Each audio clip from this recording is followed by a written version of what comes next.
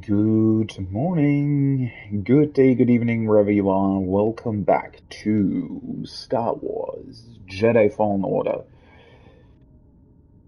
Well, this game continues, and I don't know how much further it goes. I don't expect we'll be done with it today, but who knows? Well, the thing is, it's probably going to be a little bit of a shorter stream today.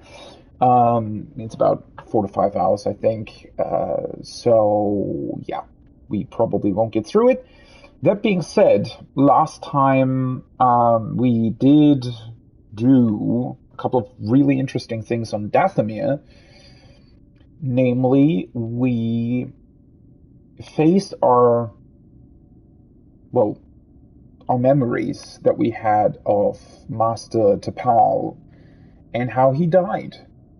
When Order 66 was executed and the clones turned on the Jedis. On the Jedi. Why the fuck did I put an S on the end of that? Anyways, that was interesting, and sort of during that remembrance, Cal met sort of a ghost version of his memories of his master. And the master, Tapal those basically were these buried memories that Cal had in him, where he seems to be thinking that he should have been able to save his master, right?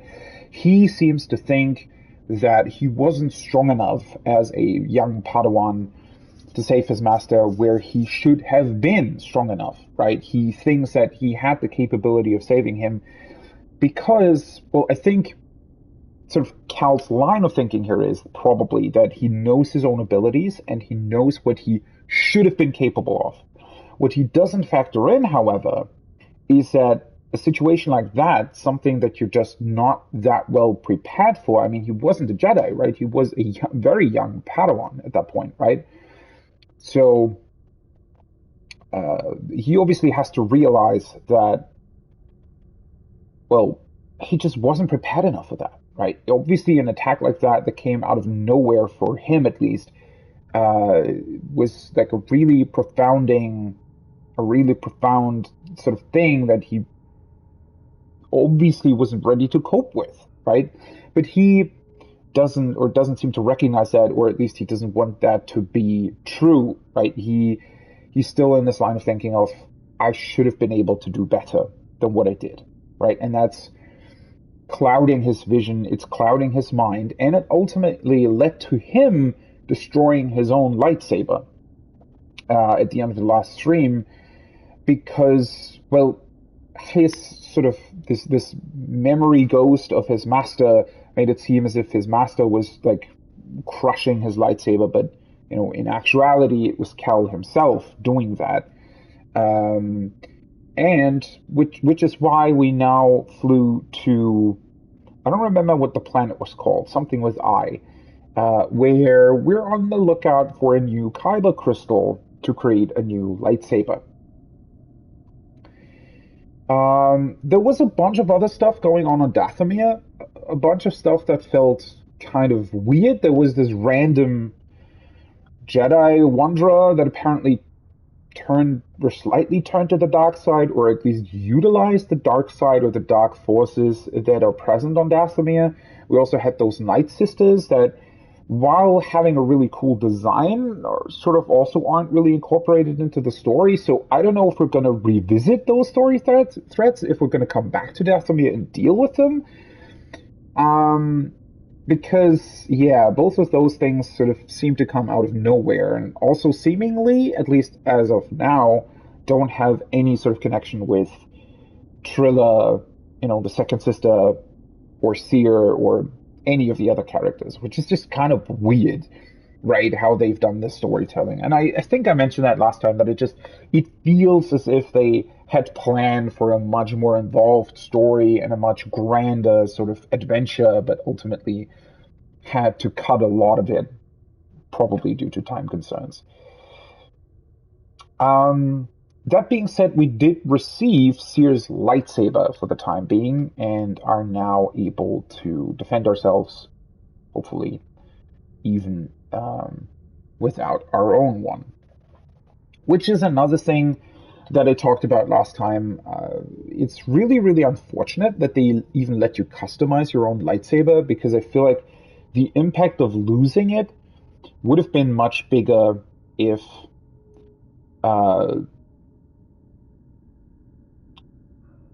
it was your lightsaber, right? I don't know, something about this whole aspect of being possible to change the design of your lightsaber, that in my mind that doesn't really make sense if we're also then trying to be sad about losing it or something like that. Also, there are some questions going on. So somehow the game gives you a double-bladed lightsaber. That whole scene also doesn't really make a whole lot of sense. You just find a desk, mind you, like a workplace, or a workbench, very high up on that tree on Kashyyyk, for no reason whatsoever, and suddenly you have a double-bladed lightsaber. Now, if I recall correctly, don't they require like 2 Kyber crystals? So if one of them was crushed, why can't we use the other side of the lightsaber at least? I don't get it. Like, there are a couple of things here that just don't really add up all that well. Oh, it's Ilum, right. So we're now on Ilum. It says 55%. Once again, no idea what that refers to, if it's story progress or if it's like the progress that you've made of uncovering secrets on planets or something. Because I'm not really looking for the optional stuff, because it's just not worth it for the most part. But anyways, let's check out Ilum and let's see if we find a new Kyber crystal for ourselves.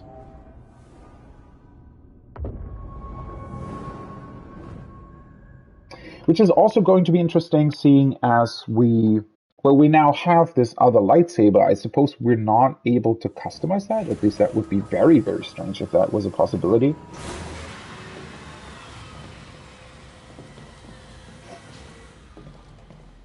Oh, that's very white. I was going to say, is it going to load in the environment? But yeah, it looks like it. I mean, I do appreciate snow levels, right? So this looks pretty cool. Wait, can I not? I thought I received Seer's lightsaber, but I can't seem. Maybe that's a cutscene lightsaber? I don't know. So we still can't defend ourselves against monsters? Or do we have to enter a certain cutscene to make that possible again? That's a bit weird.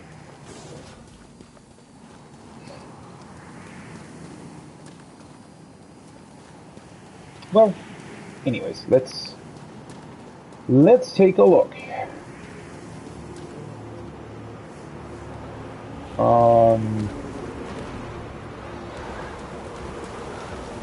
It's the Jedi Temple. It's been a while, but yeah. I remember. Every Jedi comes here as a kid. Or they did, when there were Jedi. For some reason, the controller just started vibrating. I guess it's meant to be the storm or something, but like, why does it only start now and not I don't know. So, I guess our only objective currently is to go there?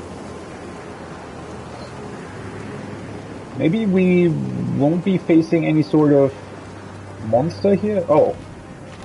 Wait, and now it stopped. What? What's going on here? I guess we... Still looks pretty windy.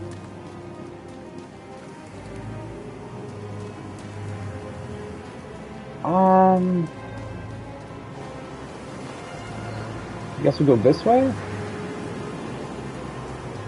Yeah, this whole... Whether or not you're standing in the wind or not, it just kind of doesn't really work. That's weird. Okay, looks like we're able to climb up on it. Well, that's sure very convenient that we found those climbing claws on Dathomir, right? Whatever would we have been doing if we didn't find those? Wait a second though. Can't climb it here though, right? I don't know. Actually, it looks pretty awesome. Is this supposed to be ice? I guess so, right? So they actually carved the door out of ice?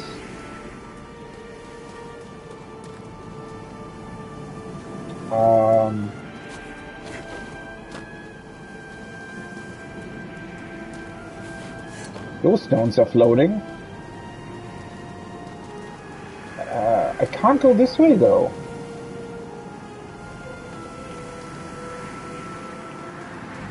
Looks like we somehow have to get onto that platform, right? To be able to climb it. Which, yeah, how do we get up here? Oh, whoops. Well, that's not really what I wanted to do. Man, the game is so terrible in trying to communicate what you're meant to be doing. Can I just enter this small section here, or... Oh! Well, that's something that I didn't expect. Well, I guess it was the only option left. Yeah, the game is very inconsistent in when it wants you to do stuff like this and when you're not able to do it. So the problem is obviously you're going through these like small entrances multiple times throughout the game, but sometimes there's also instances of that, like of these things being there and you can't go through them, right? So it's just very inconsistent overall, which makes it kind of weird during these scenes. That also it's sure convenient that the ice looks exactly like those weird, I don't know, mushroom structures on Dathomir, to make it very obvious that you can also climb this. At least in that particular regard, the game is very... Oh, that way. It's very obvious. Also, I really don't appreciate that the camera sort of snaps back into place like this, right? If you start, yeah, it just snaps back. I would appreciate that being a lot slower. Because it's kind of, I don't know, it's a little bit too zoomed in for some reason. I don't know.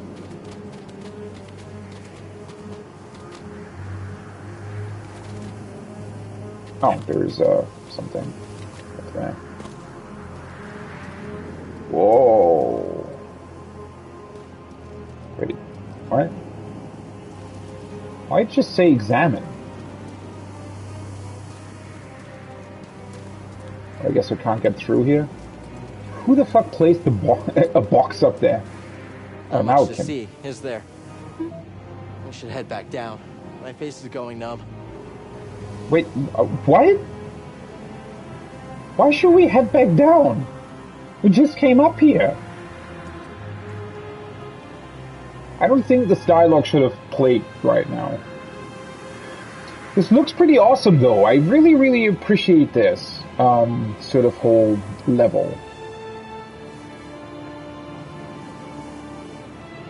Question being though, obviously, if this is an old Jedi temple where you can potentially still get Kyber crystals, wouldn't the Empire be really interested in this as well? How can we just come here without the Empire noticing? If every Jedi came here at some point, isn't this sort of the prime, I don't know, place that you would, you know, at least investigate as the Empire? Doesn't look like we're able to enter it, though.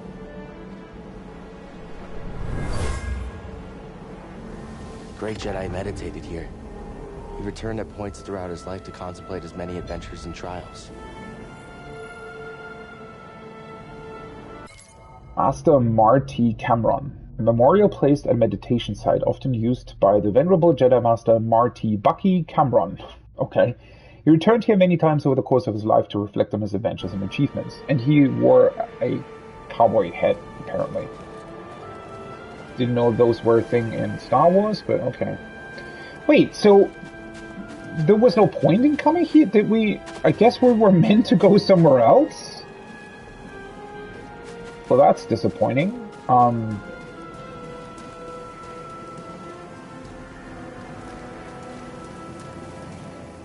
But, huh? Wasn't this the only place the game pointed me towards? Like, where else would we go? Doesn't look like there is anywhere else to go, to be honest. Unless we move over to the right there. That's the only other place we can go. Okay, that's just weird, isn't it? Like, why would the game point us here specifically if we're not meant to be going there?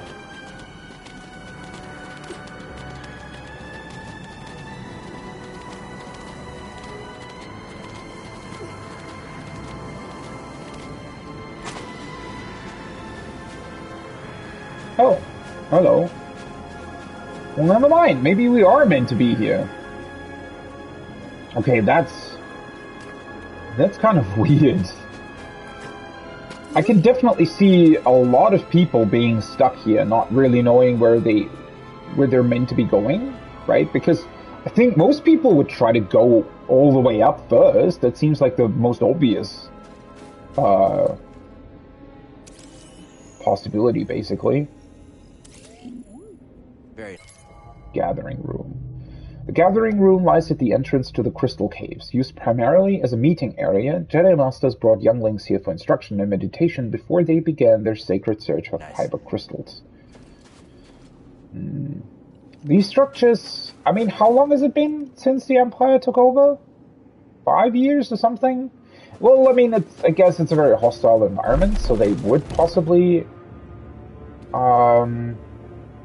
you know... the whole place would possibly be very frozen over. Oh, that's a very cool light effect, though. That looks very awesome.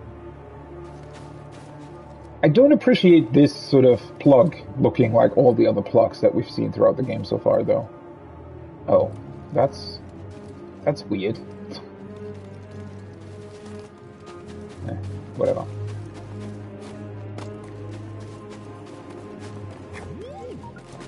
Used to be beautiful. I mean, it kind of still is.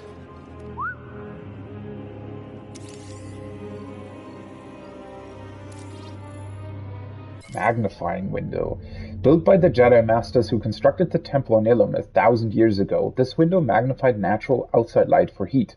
A beam of intense light generated through the large glass portal was then directed to specific areas of ice that melted under the heat. Wouldn't it be... If that's a magnifying glass to, like, magnify the heat? Well, I guess they didn't... I guess it would still work if it's not that warm, but... Wouldn't this be potentially pretty dangerous? I mean, you know, sort of... concentrated sunlight can be very, very hot. I mean, it can literally start fires, right? If you point at wood, for example, or wooden surfaces.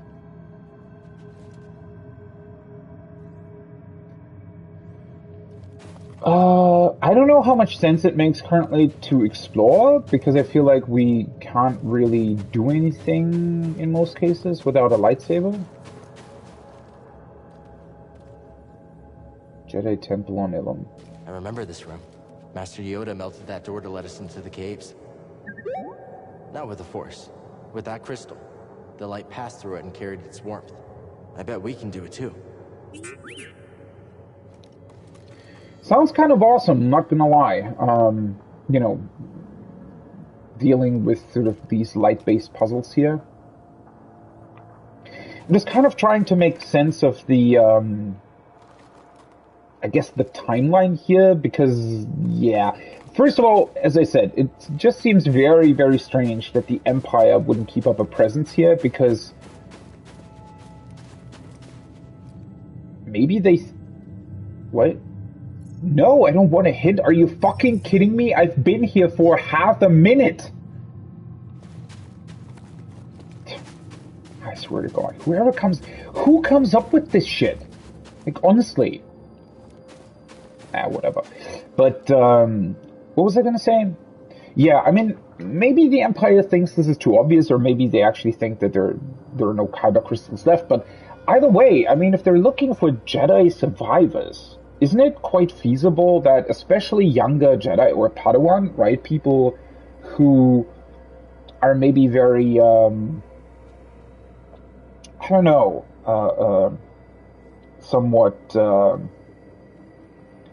well, the people who didn't complete their training to become a Jedi and or maybe scared and don't really know where to go since the Empire took over,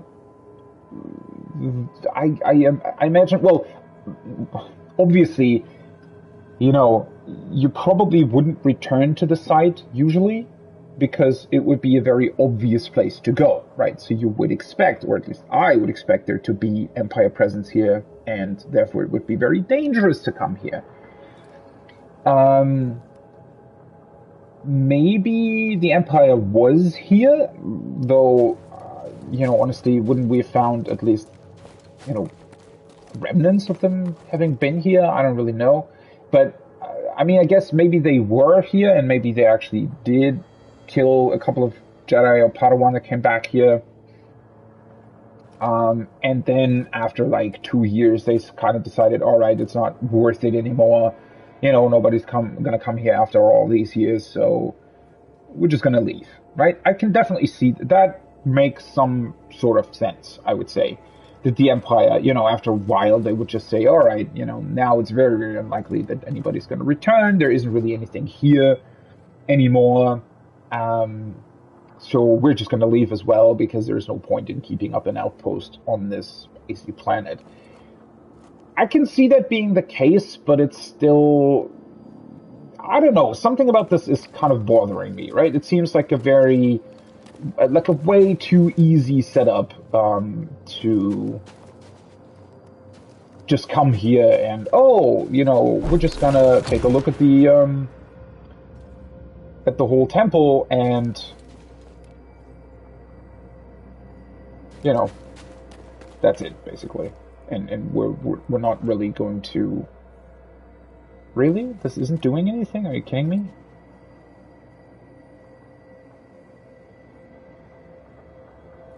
Looks like it should still at least partially melt that ice at the top, but oh well.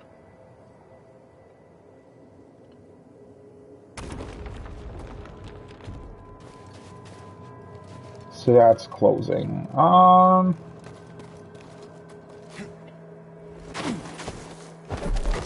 Could also open this up.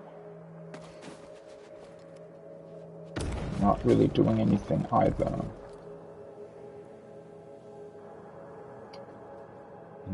I guess I might have to move the crystal first.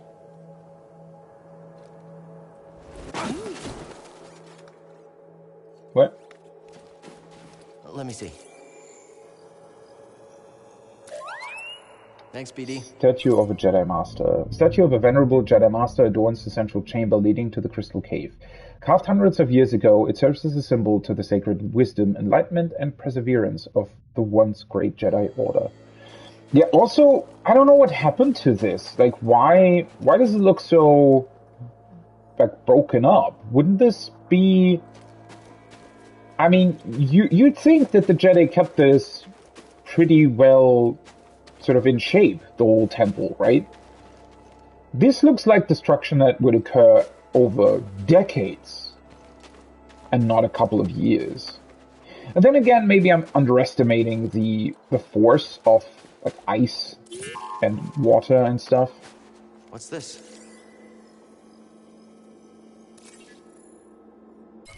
Jedi devices. were constructed within this ancient temple to control certain conditions or activate protected passages.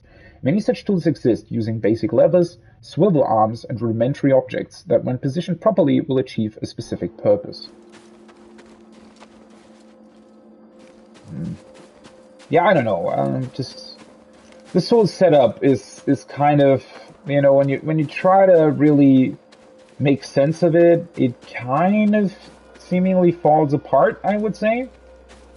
Like it just doesn't properly add up, right?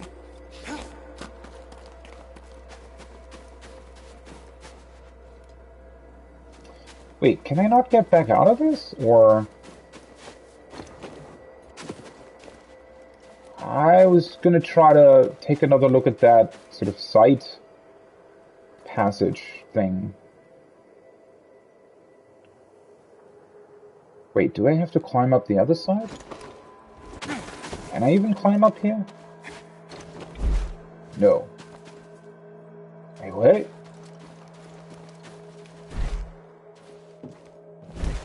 Huh? Oh.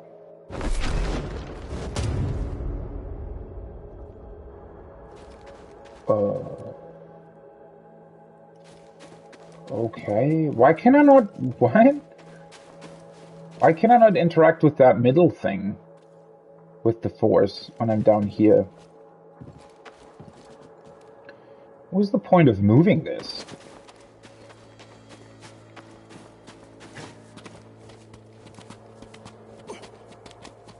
I really hate that the camera constantly moves back.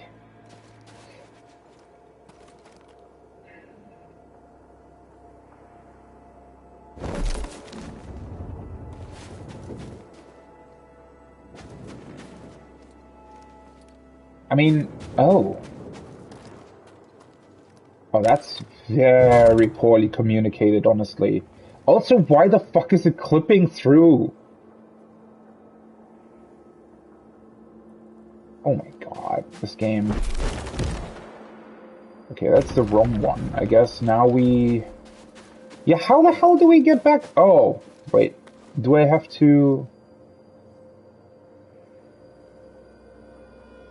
Wait, no, that wouldn't work.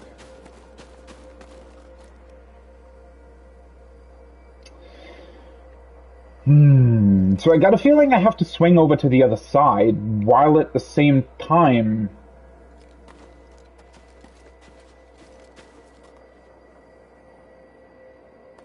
Although... Wait, maybe it works if I push this back? Oh, that was... What? Why? Wait. Alright.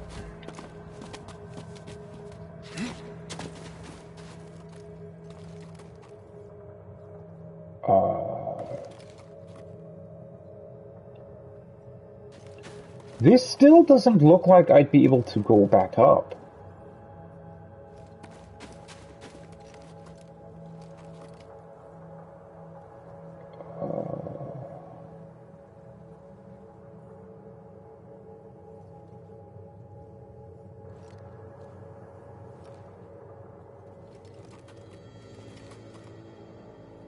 This is honestly a very strange setup. Why do I have to hold L2? Okay, so maybe what we're meant to be doing is put this in?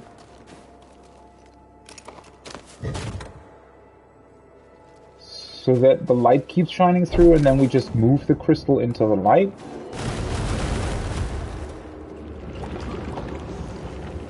I guess so. I thought, for some reason I thought that the puzzle was going to be much more complicated than this, to be honest. Okay, so now we probably don't need this anymore.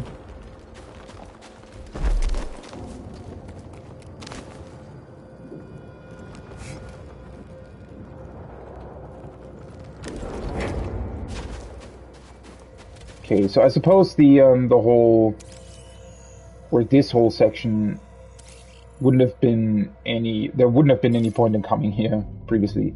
Light enhancing crystals. Crystals arranged within the temple enhance light to focus heat on specific areas. As the light beam melts the ice, it opens hidden passageways known only to the Jedi. Yeah, because no Sith would be intelligent enough to solve this very, very simple puzzle, of course. Also, the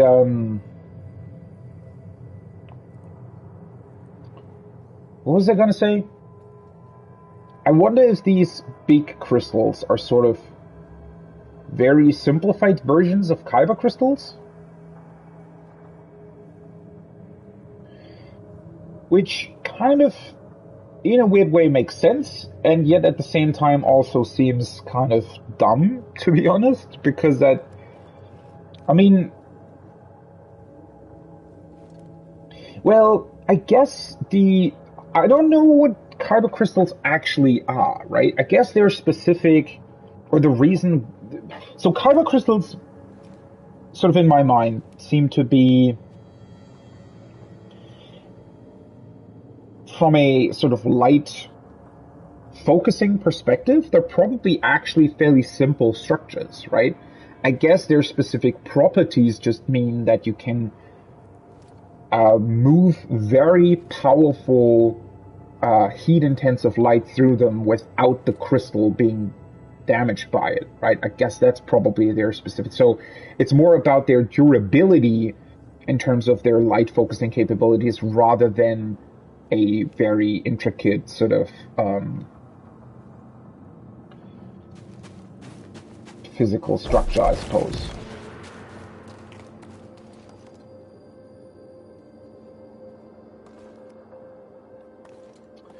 Okay, so this can't be moved, which makes me think that now we have to move the crystal by doing this. But wait.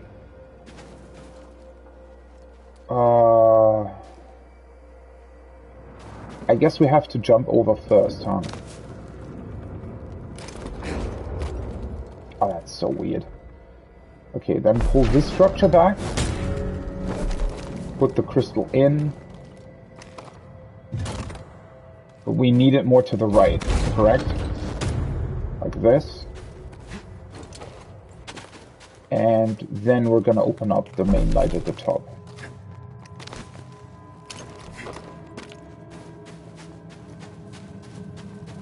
Like this. Yeah, that works. For some reason I thought the puzzle was a lot more complicated than what it turned out to be. I don't know. Something about this just made me think, oh, this is going to be quite intricate, but no, it's not.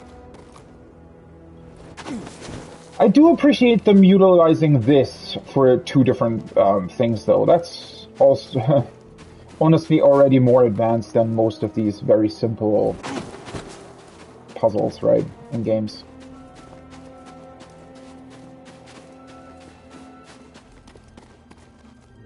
Alright. I don't think I can actually use my skill point though, right? Because most of the stuff actually takes two... What was this here?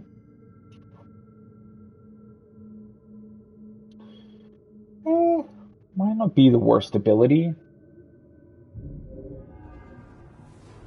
Gonna wait for a second point though for the time being.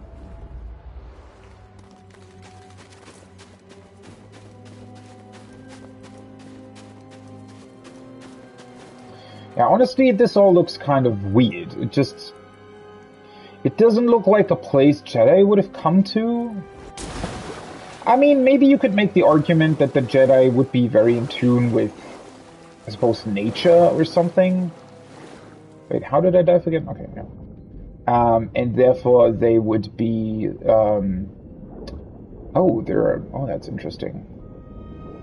That's kind of cool. That the water's here and doesn't freeze because of these volcanic things. For some reason, though, somebody decided to put a chest here. And the animation for BD is just missing. Nice. There's something in there. BD1 skin. Okay, so we can go that way. What's over here? Guess we can go both ways.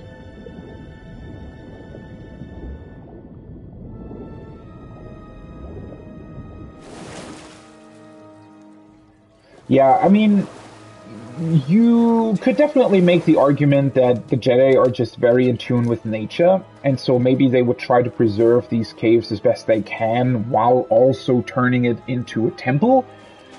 But considering the state the temple's in, yeah, I don't know. This just doesn't really make that much sense, to be honest. Let's see, what is this? Each path is different, young one.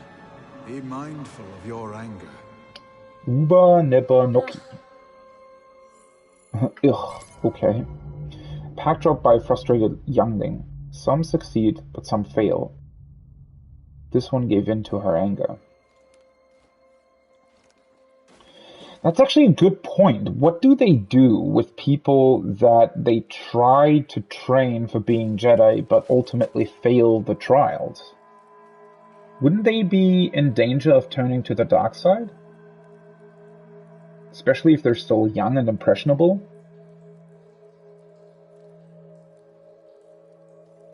I don't know if that has ever been explained in some way in the Star Wars universe.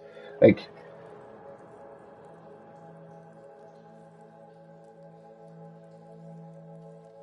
yeah, now that I'm thinking about it, what are they doing with those people? What are they doing with the ones? I mean, they're very, very careful, I think, about selecting younglings to become sort of Padawan and Jedi, right, and who they train.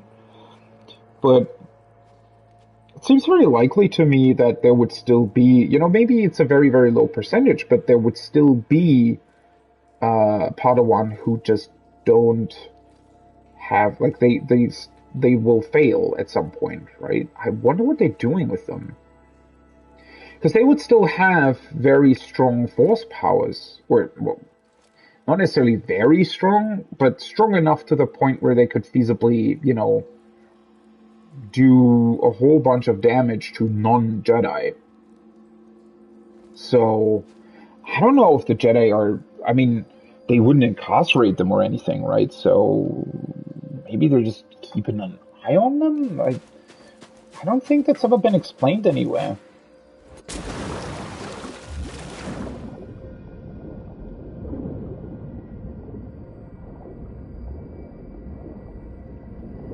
Okay, I guess we're meant to be going this way.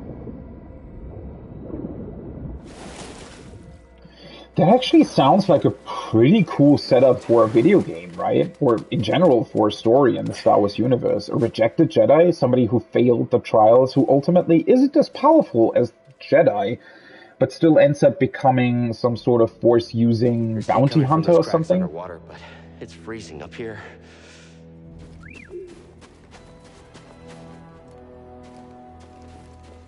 Visually, this place is obviously very, very stunning. Crystal I can feel it. It's calling to me. We must be close. Jedi can't pick any Kyber crystal. It chooses you. Yeah, kind of like you. So it's over there, right? We saw the shine of the crystal for a time. Which, again, how is it still here?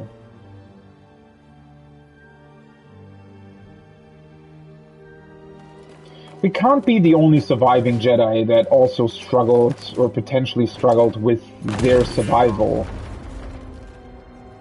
Whoa. Let me see. And ultimately tried to come here again to potentially recreate their lightsaber or something. Elon is naturally abundant in geological formations found within mineral-rich underground rock. Billions of years of accumulated mineral matter deposited from hydrothermal fluids have infused the rock walls with valuable constituents, including rare crystals. Which is kind of actually another really, really interesting thing, right? That the, Just a little shake. It'll be okay. While the whole Star Wars universe seems to be somewhat, you know, kind of magical when you're looking from the outside in.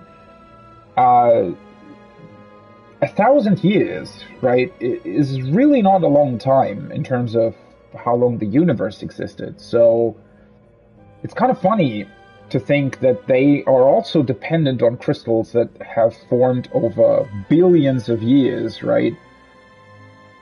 And just had to sort of rely on them, right? It was just a technology, I guess, that came up at some point, or somebody found them at some point and they utilized it, but ultimately they're not that much more capable of dealing with this stuff than we are currently in our timeline, right? They're still dependent on what they find, and you know, just because you can travel across a galaxy doesn't mean that you necessarily find... Let's hope it holds. You know, oh yeah, this looks safe. Holy fuck. This doesn't even make logical sense if this is just ice. Huh. Well, whatever.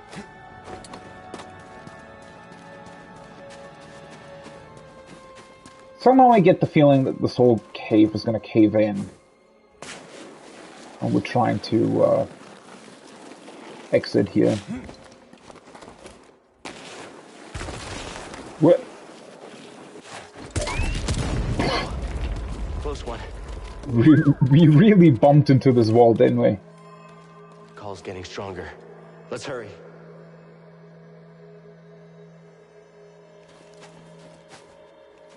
Wait, what? Why was there an examine prompt? I feel like I'm surrounded by ghosts. No, I'm not all right. It's hard to be here. Thanks, buddy. Why is this here? Do we have to move down, or what's going on?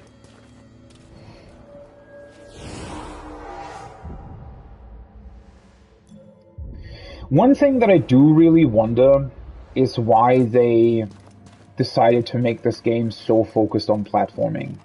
Because it's... Well, the platforming isn't bad, but it's certainly not good either, right? I mean, it's very sort of functional, I would say, but not really all that in-depth. So, yeah, I don't really... I wonder who came up with that. It's them. How did they find us here? Oh, whoops. Yeah, how is this thing here exactly? Oh, right, I can override it. Completely forgot about that.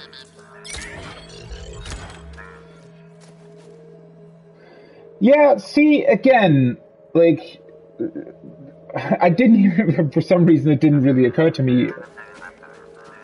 Obviously, the Empire would still keep probes here, right? I mean, they are robots. They can just stay here basically forever without the Empire actually having to having some sort of physical presence here.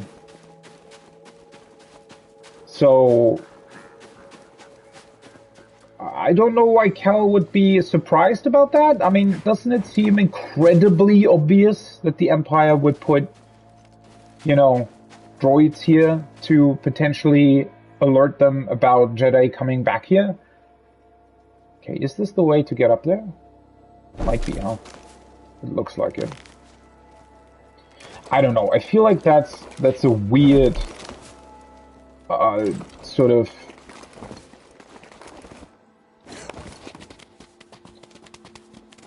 oversight. I don't know how else to put it. Like, aren't we being incredibly obvious with all of this?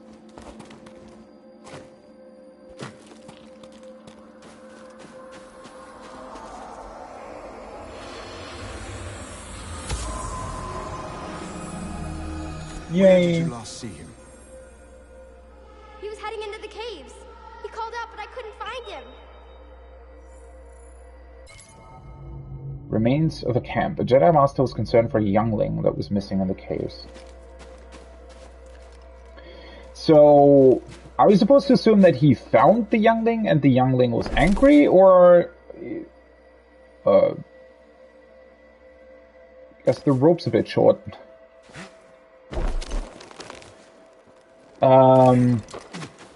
Or was this after he found the youngling and the youngling potentially died?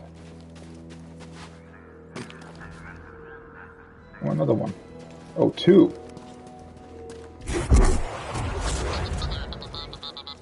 Well, they can fight each other, I guess.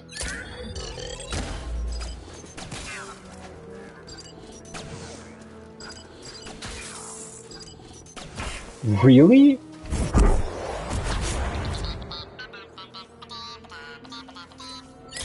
I guess they're pretty bad when you overwrite their systems. Huh.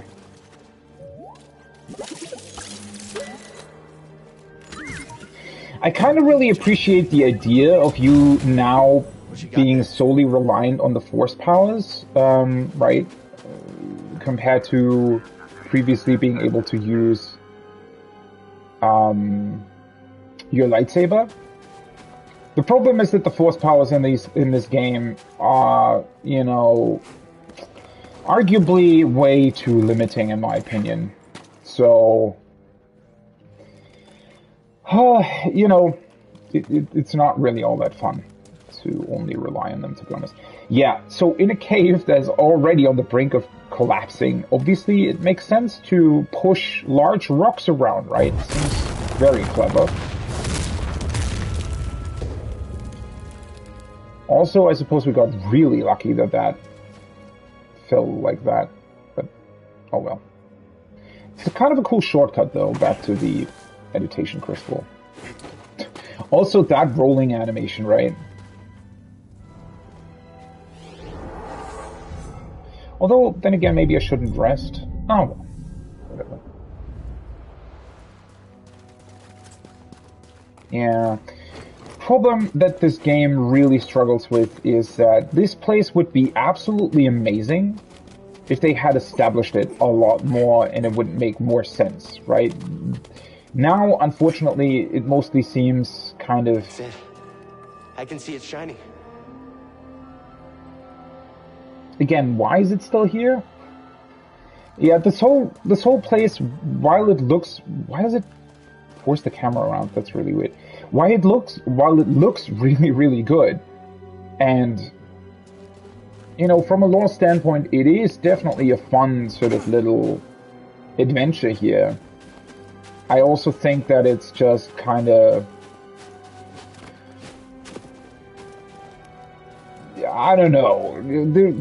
There's just some weirdness to it that seems...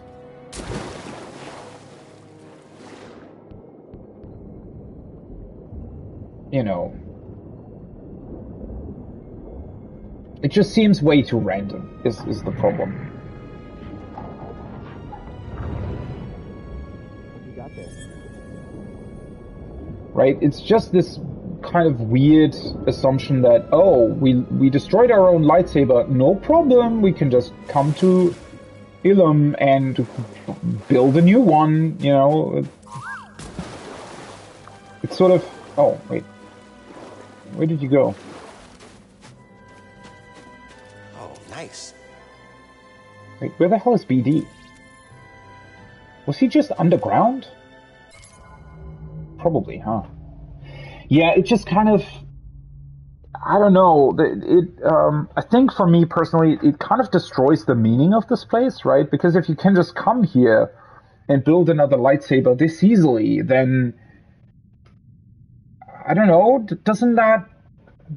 Don't lightsabers lose a lot of meaning through that? Right? It feels like they completely failed to establish sort of the rarity and the profoundness of what we're doing here, right? It's just, oh, my lightsaber's destroyed. Sure, let's fly to Ilum, get a new Kyber crystal, no problem, right?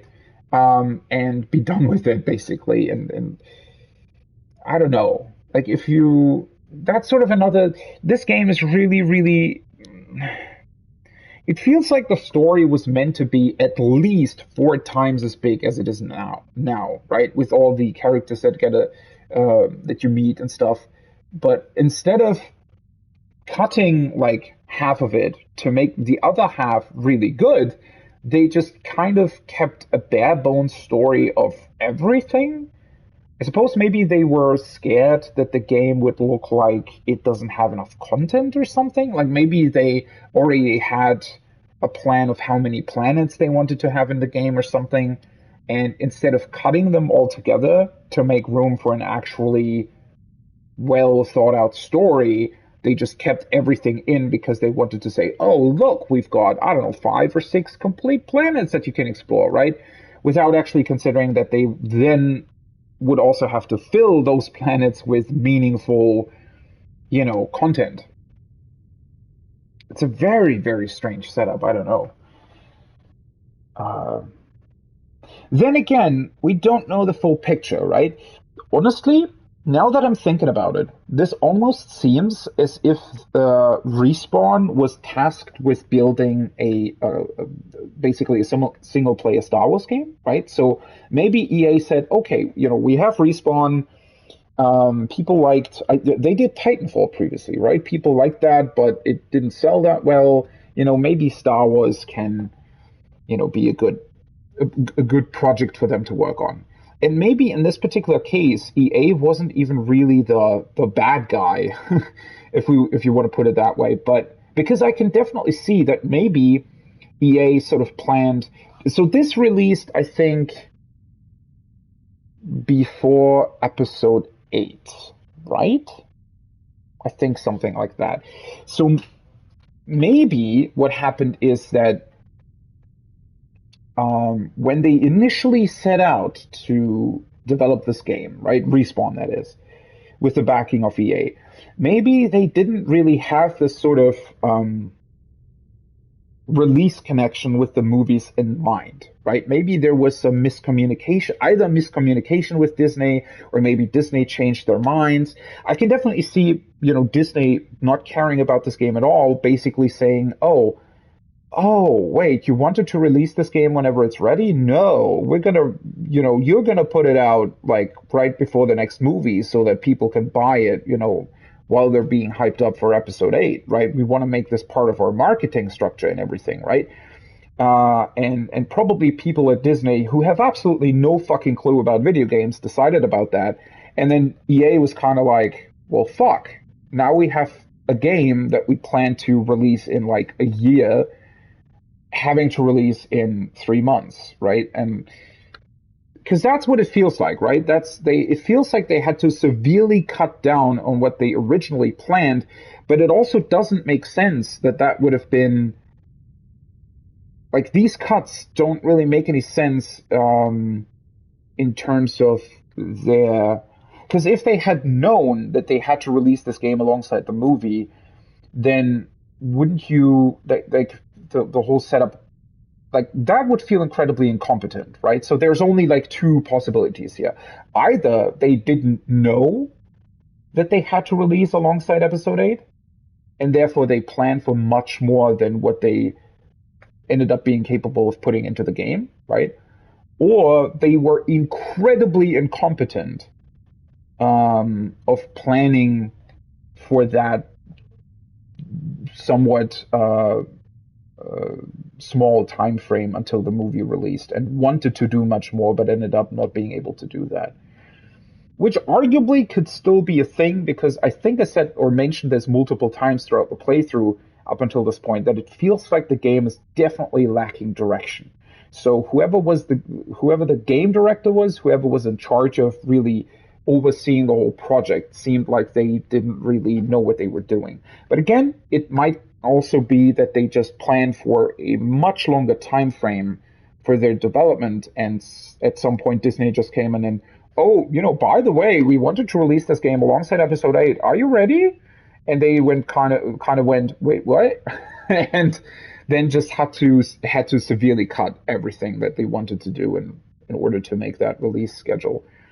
Either or, both seem, well, not necessarily equally likely. I guess the sort of Disney not telling them about when they wanted to release this game is more likely, honestly, because it just makes so much sense that would happen, right? Disney, or whoever decided that at Disney, probably had no fucking clue, right? They probably thought that developing this game would be similar to, I don't know, designing an action figure or something, right? With a very flexible time scale, right? You can design, I don't know, maybe $150 action figure with, a lot of intricate details, or you can just design a $20 action figure, right? And,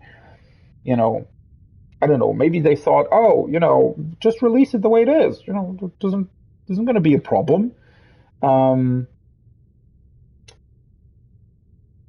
Yeah, I don't know. That's what it seems like. I honestly, the sort of weirdness of the development of this game, I would really, really appreciate it if they released some sort of information about this at some point. Then again, maybe they already have, and I just didn't really pay attention to it. Maybe after I play through it, I'm gonna go back and look a little bit at like YouTube or Google if I can find some information about its development. Because it's just very interesting, right? It's a very interesting case study, I feel like. Anyways, Kyber crystals. Powerful Kyber crystals grow naturally on Ilum, one of the rare planets in the galaxy where they may be found. Such crystals resonate with concentrated energy in a unique manner through the Force, exhibiting a collective consciousness that allows them to communicate with one another and living beings. As part of Jedi training, younglings were sent to the crystal caves of Ilum to mine these crystals in order to construct their own lightsabers. Okay, so they're much, much more than what I originally thought they were. That honestly seems like some little bit of a strange setup, that these things would have a collective consciousness or something.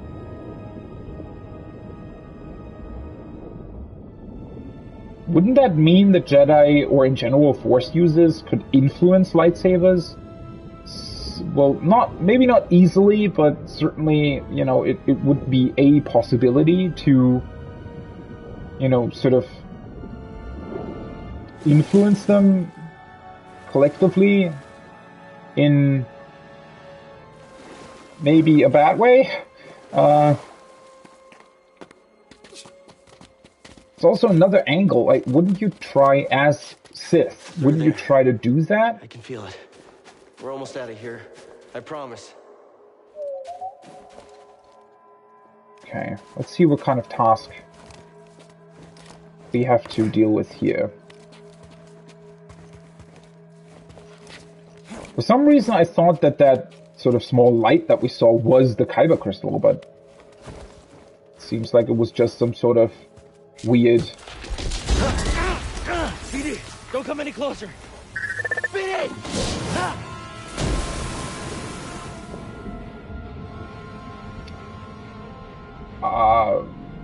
Oh, I guess BD... I was kind of confused why BD wasn't on our shoulder at that point. But I guess it was because we were crawling through that place and he couldn't be. Whoa.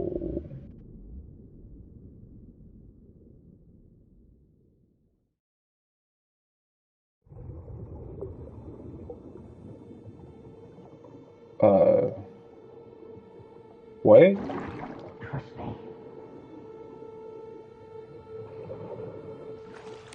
Why was the game trying to tell me that, like, did we lose consciousness? What? That was weird.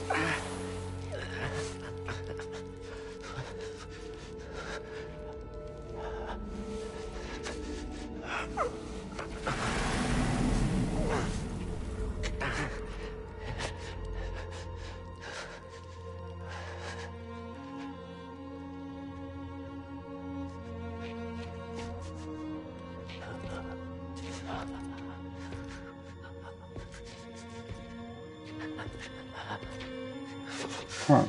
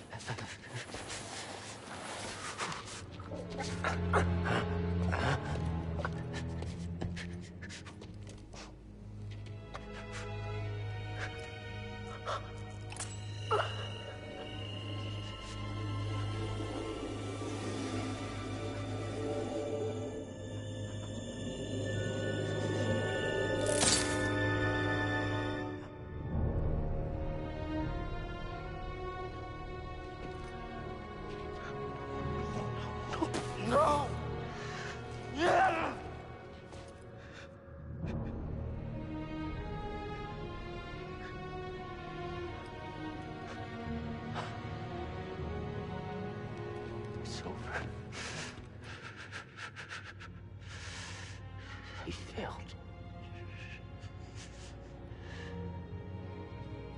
Failure's not the end, my friend.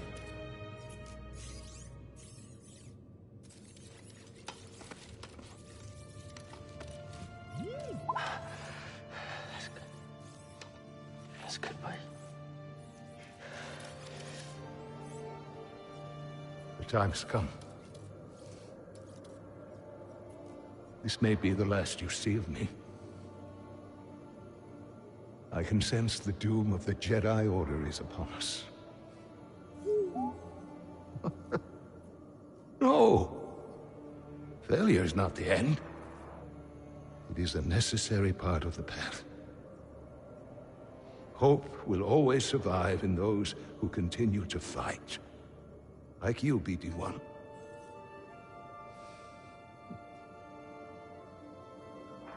I believe you will find someone just as brave and persistent as you have been. And you will help them, as you have helped me. But your memory will be completely lost. Are you sure you want to do this?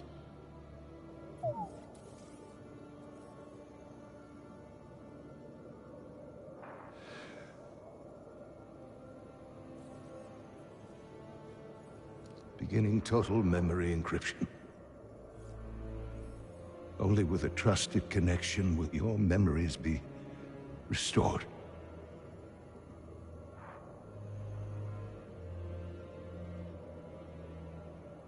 I believe in you, as I always have. And I believe in whom you choose to replace me.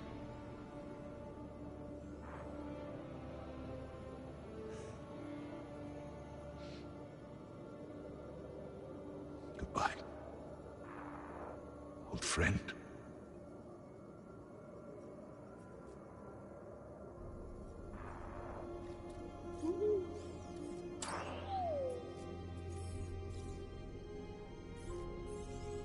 Your memories. You risked them for me.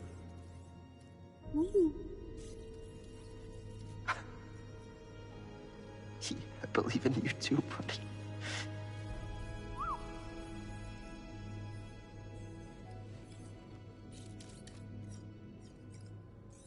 Yeah, you're right. There's still a chance.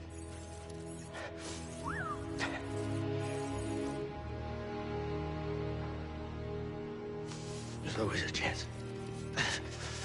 Come on.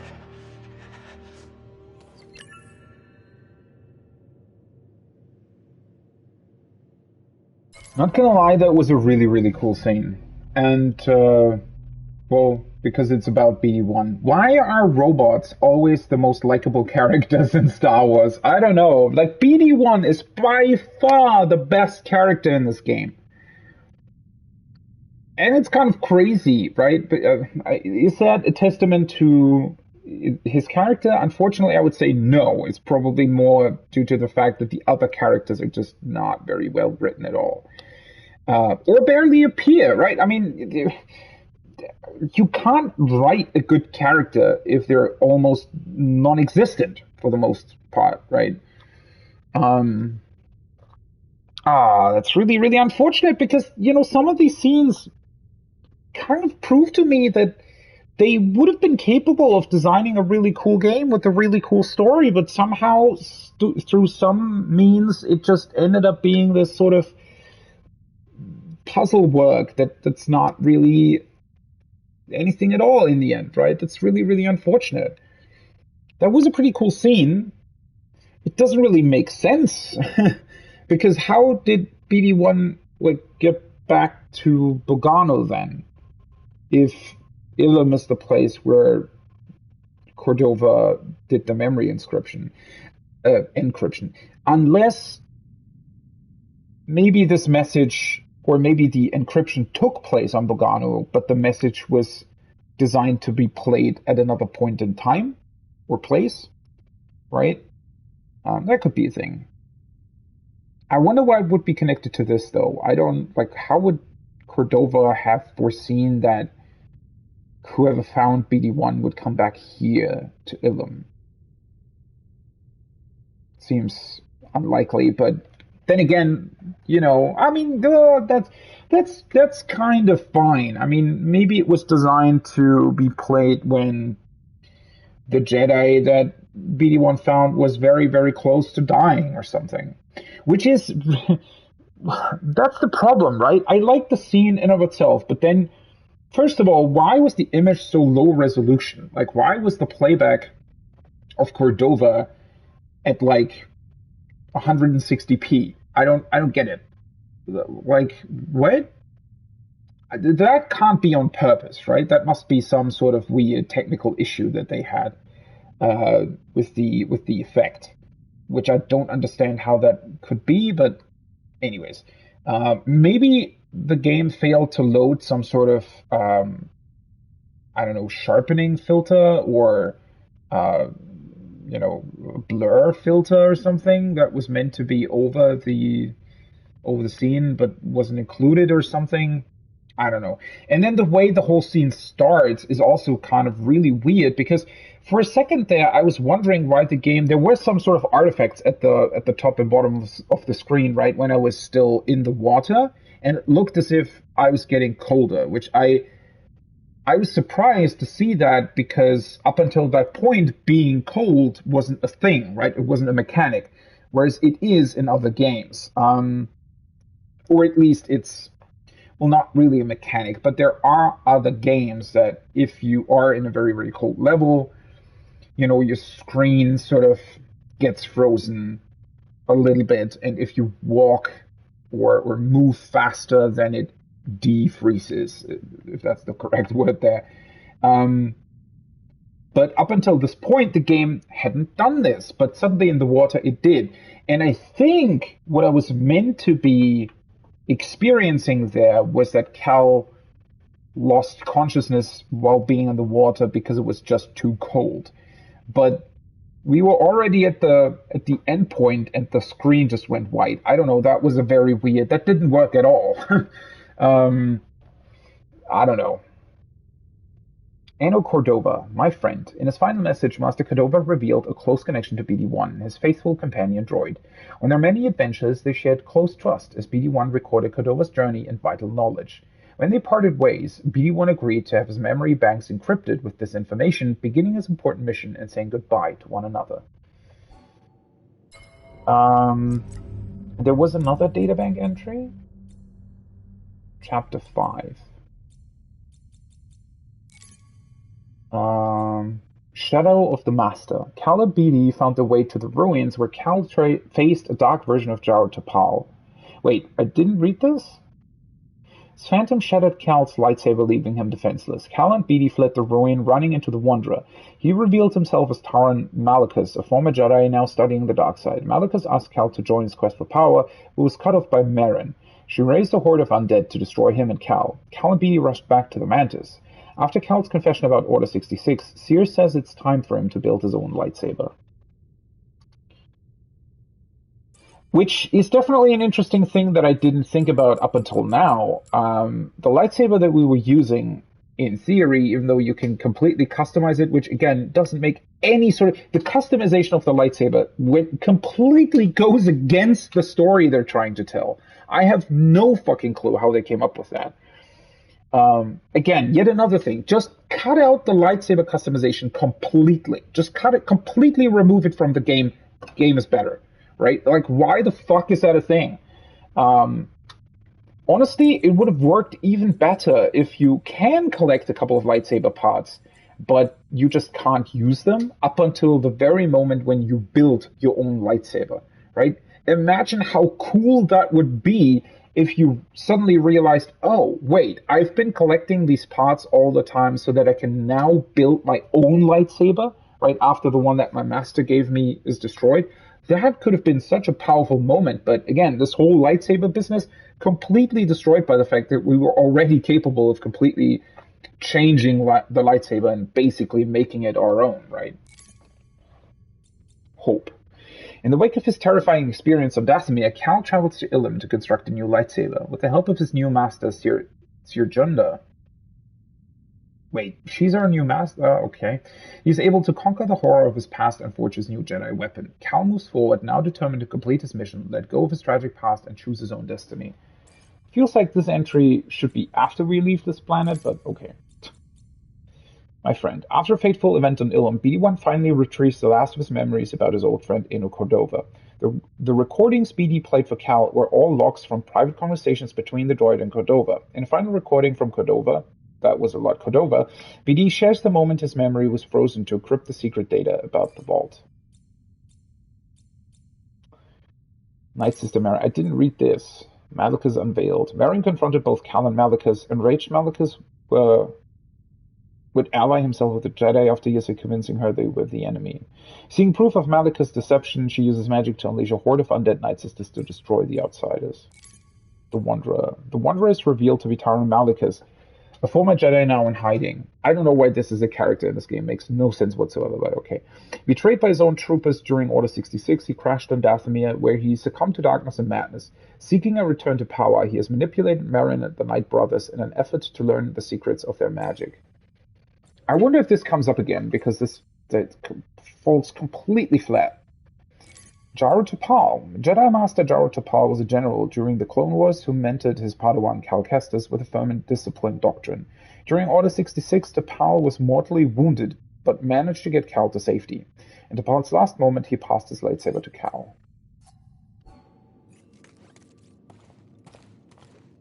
Alright, now what's happening? Ooh, that was a weird transition, but okay.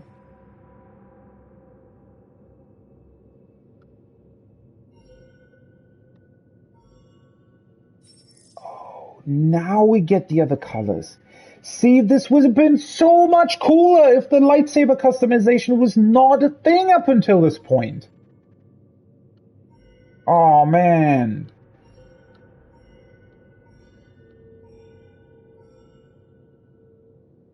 Well shit, what kind of light do I choose? So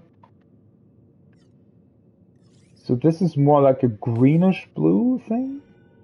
Purple. So purple blue? This is normal blue, right? Then we have normal green. A more purplish purple. So this is what, what's his name? Master Windu uses in the prequels, right? Orange and an orange green. I think I want to go with the purplish blue. This one. Looks pretty cool.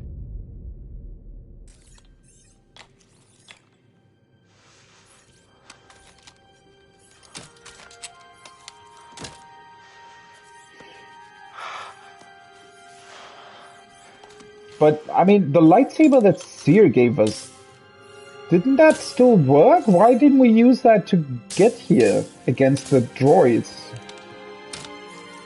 Weird.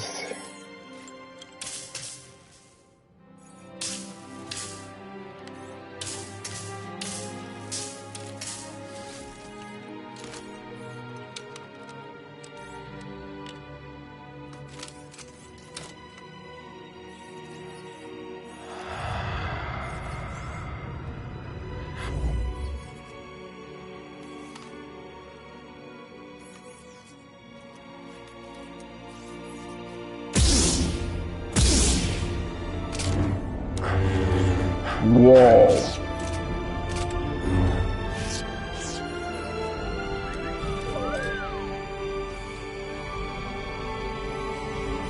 Split Saber. Cal's lightsaber splits to enable devastating force attacks. That's awesome. Reforged. Seer gifted Cal her lightsaber Hild, though her Kyber crystal had been sold long ago to pay for Grease's debts. Oh, she sold her Kyber. Why was that not part of the cutscene where... What? Because I was completely confused why we just didn't use her lightsaber. I don't know, did I forget that? I don't think so. See, there are all of these kinds of details. 100% that was cut from some sort of cutscene that was supposed to be there but wasn't. Inside the caves, Cal followed the call of his crystal through a crack in an ice wall. The ice beneath Cal and BD shattered, sending Cal plummeting into icy water. BD saved Cal just in time, but the crystal split in two. That triggered a log from Cordova, revealing BD sacrificed his memories to store logs vital to Cal's quest. Cal combined Sears and Jaro's hills, creating a lightsaber with single, double, and dual wield capabilities. It's honestly pretty awesome. Alright, let's also customize it because I want to make this my own now. Okay, so now we have all the different colors, right? Indigo, magenta, cyan, yellow. Yellow could also be pretty cool. Why is this premium content? That's the dumbest shit ever. Yeah, why is this even a thing? Why can you customize the color if they... Oh. I swear to God, what did they do with this girl? Like, Oh, well, whatever. I am gonna keep it indigo though. I just chose that, so we're gonna run with this. Okay, so now we can have two different sides, I guess. Which is pretty awesome. Oh, that looks awesome. Magus Sirjunda. So that's Sears' normal saber, I guess.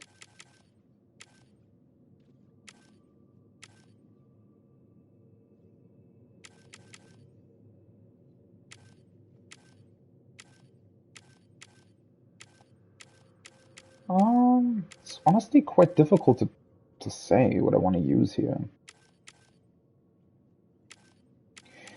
I wish so. The coolest part about the original Jaro Tapal one is that it's so long, right? I wish that there would be another longer part. I mean, I guess this would be one. Let's maybe go with this. I mean, this looks pretty awesome, doesn't it?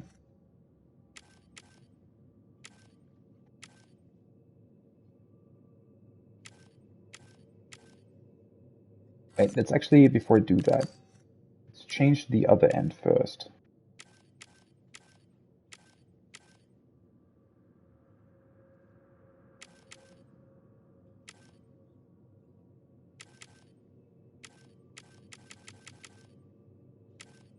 I think I might want to go with this maybe.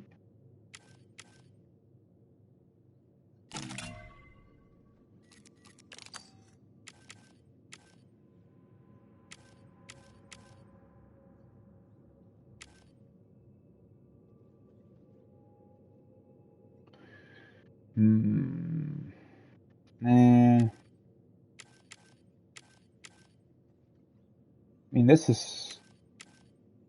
Oh, I haven't unlocked this. That's the one that I'm currently using, right?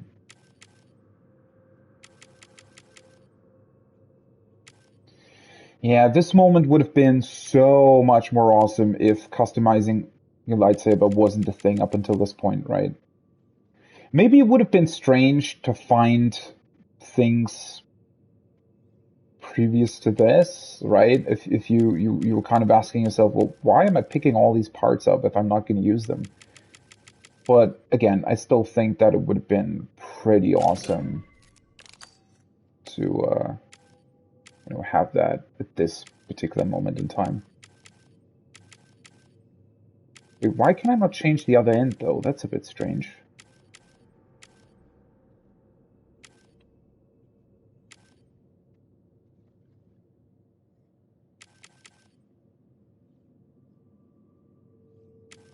Also, that whole moment when you actually get the dual-bladed lightsaber, I think should have also just been, I don't know, done differently. It's just really, really weird how they implemented that. I don't know.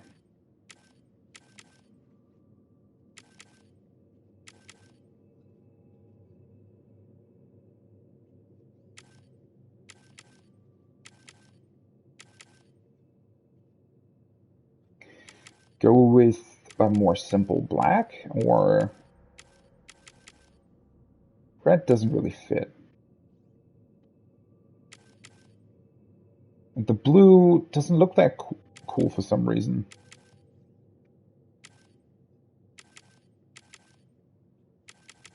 It's just very reflective, right? White and reflective. I'm gonna go with this. Wait, toggle sear switch? What does that do? Oh, so we can... Yeah. It honestly looks better without it, right? Like this. Which actually makes me... maybe I do want to go with another sleeve?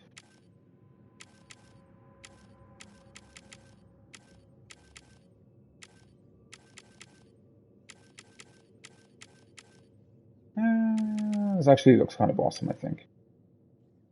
Yeah, let's go with this. Okay, that's weird. That it... What? That's a bug, right? I think? Yeah, that was a bug. Okay, that's kind of dumb, but okay. Yeah. Let's go with this. This looks pretty awesome. Honestly.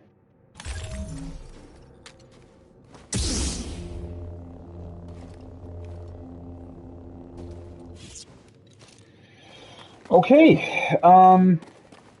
Yeah. Wait, how do I switch between the modes? Okay, so that's single, that's double, and... Enjoying the ride? You're the best. That's talking to BD.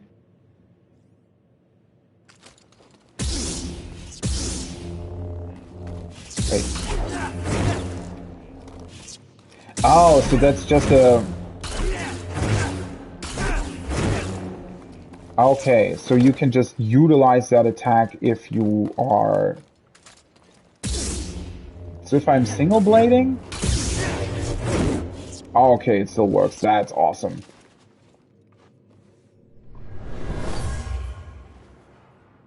So that's a special attack. Padawan. You do not choose your crystal. It chooses you. Finding the crystals.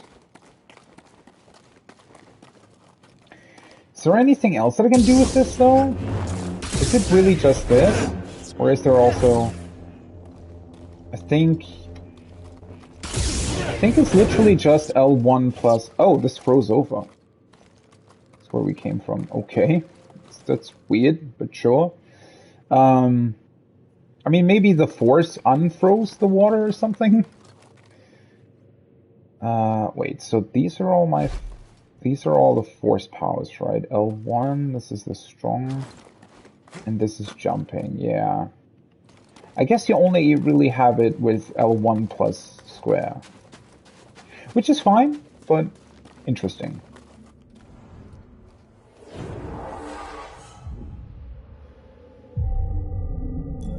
So... Let's see whether or not the Empire actually got hold of our location, because in theory they should have, right?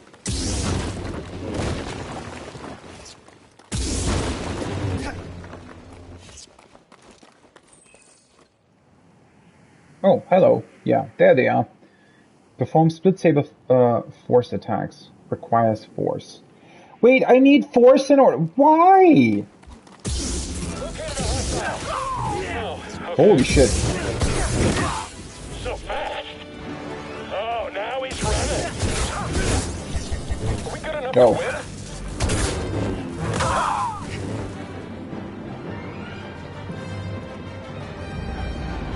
That's pretty awesome, not gonna lie. Someone's down there. You can't beat us all. He's just dead. We can catch him still. Yeah, someone else take it.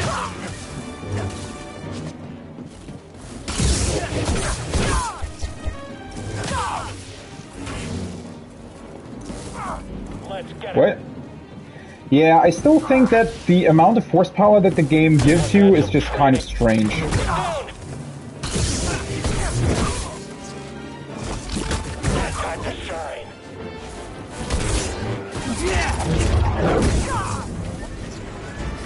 Let's go.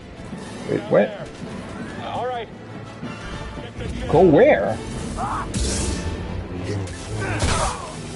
can't fight anymore.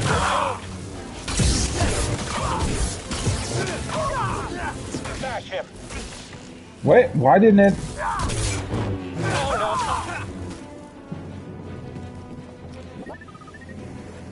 Huh.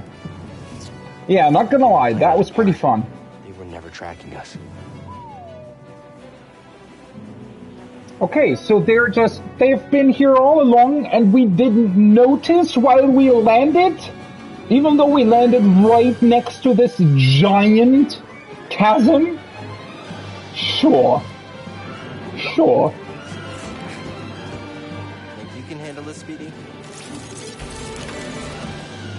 Wallace. Oh. Confirm intruder presence. Contact firmly established. Wait. Oh, okay. Engaging in Wait, pursuit. how do I? Still resisting. Online. Jedi critically injured.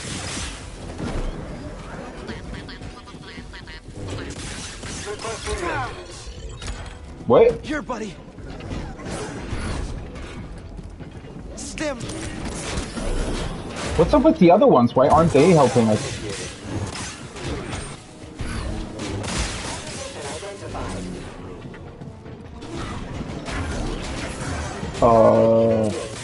I was pretty sure that I actually... Okay, it's still... I don't know. Something about all of this is still really weird.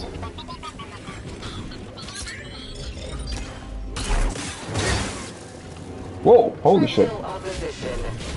Hey, buddy. Yeah, again, I think that what's so weird about this is that, first of all, while you're using the double-bladed lightsaber, it's kind of hard to see what the enemies are doing in like a weird way. Also, that can happen for some reason. Oh.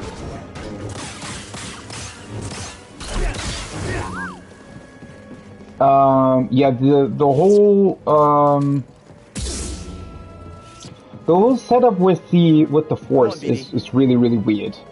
I don't know. I get that it's supposed to be a very powerful attack. They've taken over Ilum. Are you all right? No, they spotted me. And that's not all. They're mining Kyber crystals. Captain, prepare for takeoff. I mean, isn't that very obvious? Like, that's the first thing that I would have done as the Empire. As soon as the Jedi were gone, go to where the fuck they get the Kyber crystals from and mine them. Like, isn't that the most obvious thing that they would do? Okay, I think that the split saber attacks, they're pretty awesome, right? I do like that they're a thing, but again, the fact that your force meter is very limited is just kind of strange. I don't know.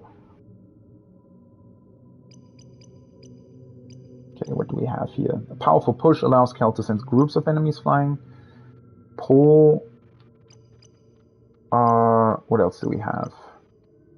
Well, this requires 3 skill points. Lightsaber throw.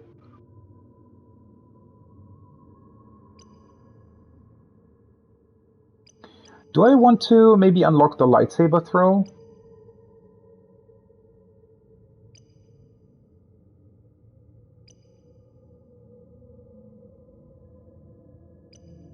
Yeah, let's go for the lightsaber throw at this point.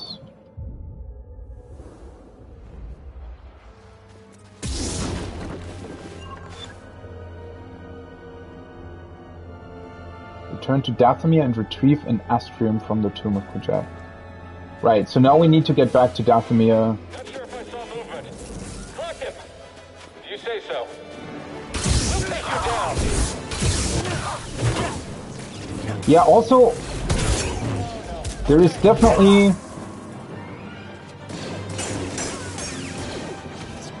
There is something really weird going on when you're facing multiple enemies and you're doing the L1 plus square attack, right? Because what's basically happening... Oh, we're back here. Cool. What's basically happening is that you're pushing through their shield or stamina or whatever the fuck it is really quickly.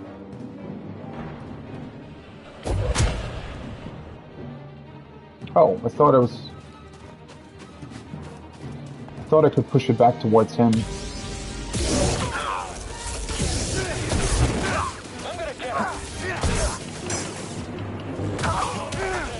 Oh.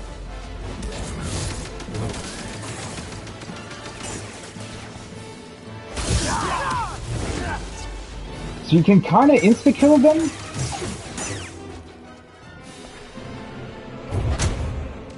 Ah, shit. I'm still too far away from him. Yeah, it's kind of weird because, like, your attack basically... Is it going to get away? Can't beat us. Jedi injured. So fast. Oh. He's hit. Yeah, that was really dumb. Move in. After him.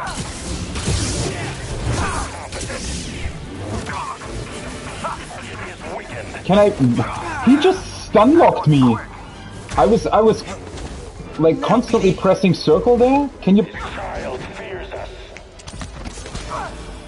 Someone else get in here. Challenge me. Okay, this is just weird. Move out. We don't even have to try. Oh, for fuck's sake. Why is the timing on your stuff so different when you're... Yourselves. Can you... Okay, this is just incredibly annoying. See? I think I should have been through that, right? I don't know, for some reason the whether or not you can do the split attack is really inconsistent. I don't know what to make of that, to be honest. The fuck? Wait, can I please move? Fucking hell. Stim, please. Why? Enemy avoiding attack.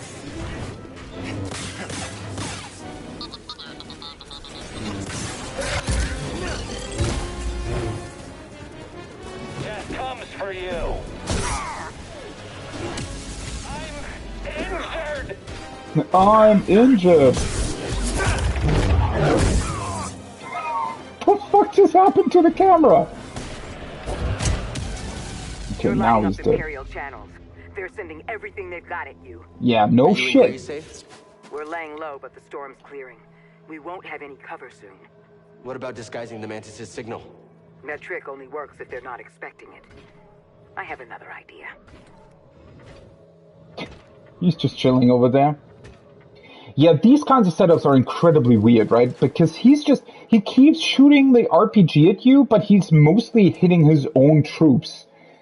What a weird thing, right?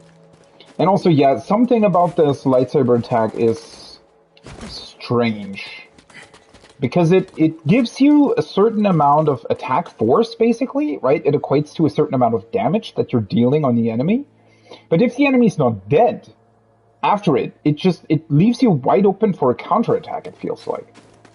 So I guess you only really want to do it if they're already close to dying? I don't know, there's some real jankiness about that attack. It feels like it should be stronger than it is.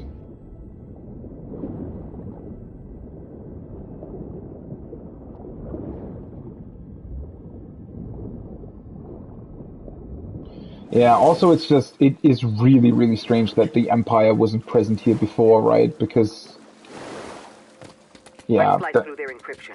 I'm scrambling transmissions, but it won't be long before they're restored. Hopefully it'll buy us some time. Thank you. There's stormtroopers everywhere. Ilum was our planet, Cal. Don't let them forget that. Again, it just seems incredibly weird that we haven't seen any Empire troops up until this point. Like, that just doesn't... feels really, really weird.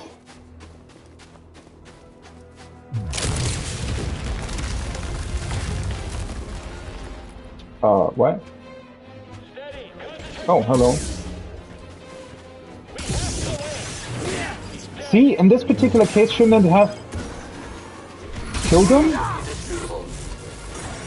How's she doing that? I'm stepping back. What the fuck was that?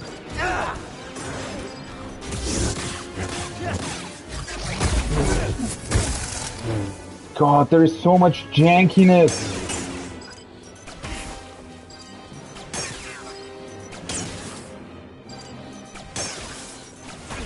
Oh, for fuck's sake. Really? Oh, right. They're blowing up, right? Come here, you. Really? Wait, where the fuck did this... Okay. Can I get a stim, buddy? Well, that was the guy that was shooting at me, I guess? Especially, like, when you're close to walls... Why are we here? I'm sure they have a good reason. Yeah, what would that be? I don't know. You'd have to ask them. And you didn't hear about the whole commotion that was just going on here? You literally blew the wall apart! Why did you end? Oh, man. Oh. Right there. Take him down. Okay, I'm done. See, why doesn't it... He should have long been dead. I used my entire force meter on this guy. I don't get this. This is just strange, to be honest.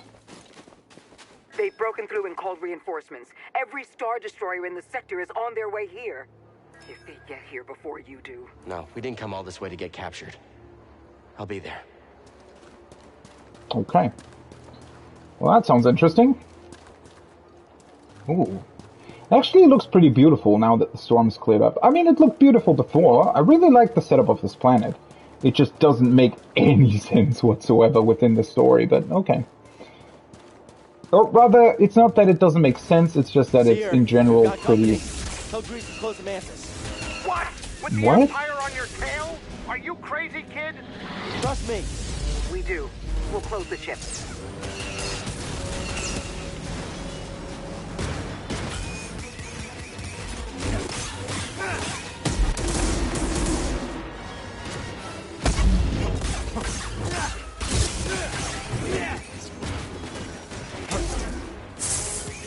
What?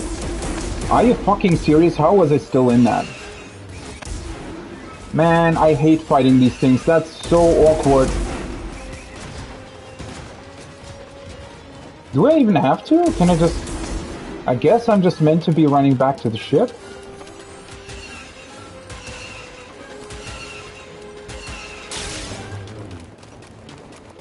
Or not? Do we have to... What?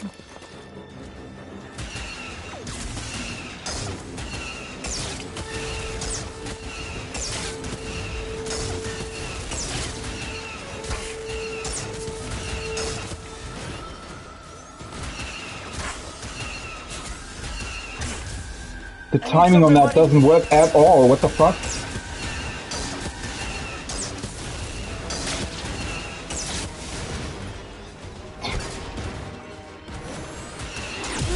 Oh, I didn't even realize the other one was shooting a rocket. So I guess now I can fight it? Oh, what the fuck are you? Oh, right. I always forget that they're doing that.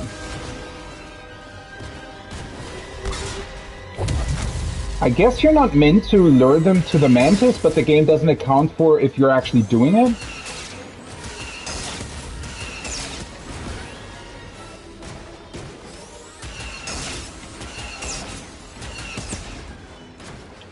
Oh, for fuck's sake, really? Bye-bye.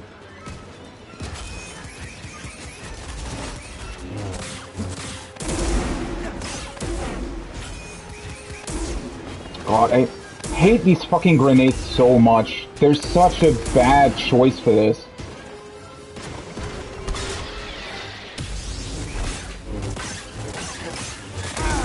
Ah, damn it. BD!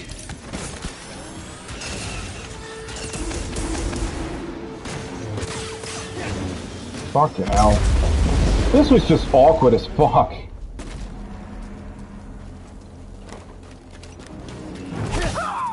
Bye-bye. I do find it funny, though, that the small guys are always exiting, right, when you defeated them. So now, yeah, I think you're actually not meant to be running back here while they're still attacking you. That was really awkward. And they can't enter here either because the game somehow isn't prepared for that, even though there is literally an encounter with an ATST close to the ship in the game previously. What the hell happened here? What a weird scene. We did. I wouldn't be here without all of you. I used to sit on Baraka dreaming about storming Coruscant with survivors from the Jedi Council. Instead, the Order's hopes rest on a gambler, a fallen Jedi, and a failed Padawan. A bunch of screw-ups. You can say that again. BD's the only reliable one. He let Cordova wipe his memory so he could stay behind and guide us. But you're both willing to sacrifice everything. To keep going even when it seems impossible. Failure's a part of the journey. I get that now. Thank you. All of you. You know, this whole sequence, at least this last sort of escape sequence with the ATSTs and everything, would have worked much better with a, as a cutscene, rather than gameplay, but oh well. Also, now we're just standing here, right? We could stay here for, well, basically indefinitely, and the Empire doesn't care, for some awkward reason. I don't know. Yet another setup with the ship that is just not really working all that well. Wasn't there a gigantic crash ship on Zepho? Think there's any good loot in that thing? Yeah, right, because that's what we're doing. Alright. So I expect we have to fight that Sith guy that we met on Dathomir? You're ready to face your past. What about you and Trilla? I don't know if I'll ever be ready. You know what you need to do to start healing, and I'm so proud of you for that. I have my own path. I'm here for you if you need me. Man, I'm really bummed out by the fact that there is so much good, like, general... There are so many cool ideas here that could have made for an absolutely awesome story experience, but unfortunately they just didn't really, you know, take the time to properly flesh it out. And it's really, really unfortunate because, yeah, you see the potential that the story has, and it just, you know, falls flat in every time something, you know, slightly cool happens, the game then immediately reminds you of how many corners were cut and how bad the overall outcome was, right? I mean, it's so unfortunate.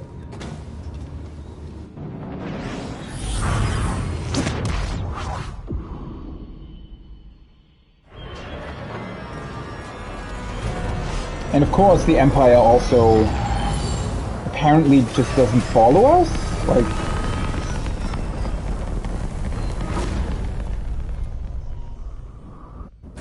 cannot follow us? I don't know. We'll be fine. Any bets on what horrible thing will happen this time? More dead things, giant spiders, killer plants? All above. All of the above. Don't say that. Or maybe the Haxian brood will come and find us. Are you both still mad at me? The Grease guy? Mad isn't the word I'd use.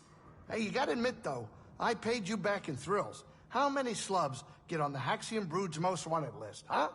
If you weren't such a good pilot, I'd hand you over myself. Better keep your skills up, Greasy. I could use some help out there if you want to join me. What? Why would I ever do that? No, I'm not going out there. What do you want, Cal? Nothing. Just kidding. Well, I'm glad my fear of a painful death by zombie witches makes you a little bit more at ease. Now hurry up and let's get out of here. Cordova took some dangerous risks to study these ancient cultures. He knew how important it was to learn lessons. What happened to her head there? Master Tabal, he was different. He didn't study anything other than Jedi teachings, but he knew a lot about strategy and combat. My master wasn't a fierce warrior like yours, but he taught me courage. I was never timid to face danger. Master T'Pol taught me courage through strict discipline. Every master trains their Padawan in their own way. Cordova encouraged me to wander and explore, and always question my surroundings. Sounds like he trusted you. Trust or blind faith. As time went on, I found myself more interested in experiences and friendship, bonds, music, new ideas and innovations. It made me better able to adapt to change. You don't seem as scared as you were before. That's because for a brief moment I forgot where we were. But thank you so much for reminding me, Cal. No problem. Well, how are you holding up? Being back here and all. I'm ready. I think I can do this. Hey, if you ask me, Cal, I know you can. Thanks, buddy. Okay, well, once again, this doesn't make any logical sense. The last time we flew away from this planet, the mother, sister, what was her name? Main sister here, she basically activated all of the dead sisters, and they even followed us and clung to our ship when we flew away. So where the fuck did they go? Why aren't they here? I guess a couple of them are still standing over there, but...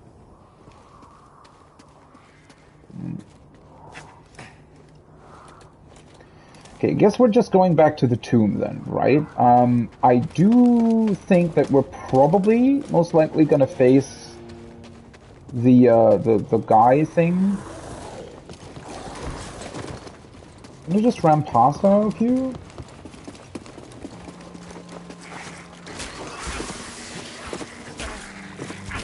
Oh, I hate it that enemies can stun lock you. That is such a weird... Like, why is that a thing?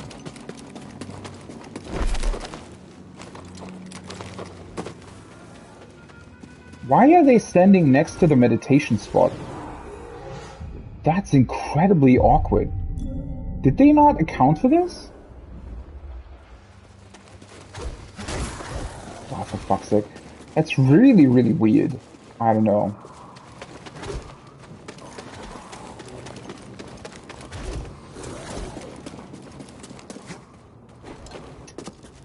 But yeah, I wonder if are we just gonna face this Jedi Master now in front of the temple, or what's gonna happen? Something is definitely standing over there.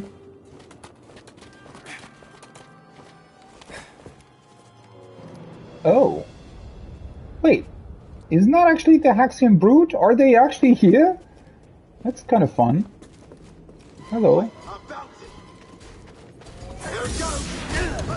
Oh, I pressed... Let's get him. Got it. Take it up. Okay, but this is just...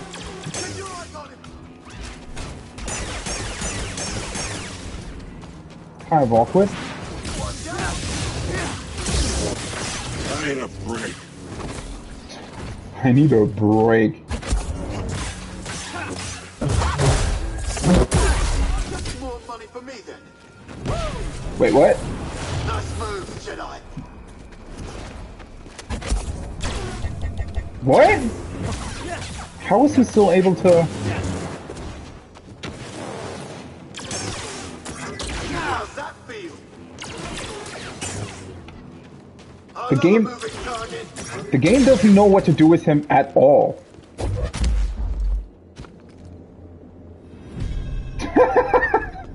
I did not expect to be able to do that. That was kind of fun, not gonna lie. I was playing way too passively there, but I also... This was a weird encounter. I don't know. That didn't really work on multiple levels. But the game in general is pretty bad with multiple targets. Like, it just doesn't really work all that well. Okay, let's get the lightsaber throw. Also, do they actually expect you to fight your way back here? Because, like, what's the point exactly? Unless you want to get more skill points, maybe?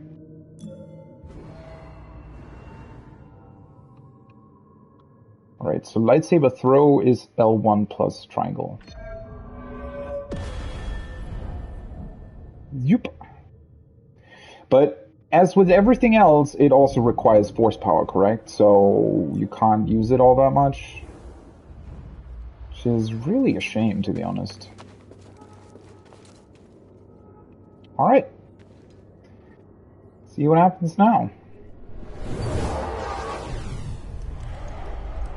Are we facing T'Pol again? Yeah, okay. Master. You were wrong to return here unarmed. Not unarmed. You think that lightsaber proves you a Jedi? No. Facing you. Memories that have haunted me since Braca. I won't run from them anymore. Then let us see what manner of death your courage brings.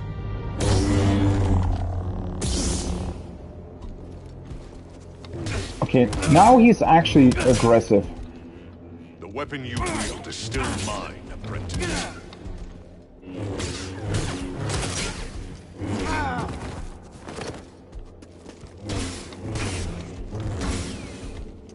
Am I meant to... What? The fuck am I supposed to do? Impressive.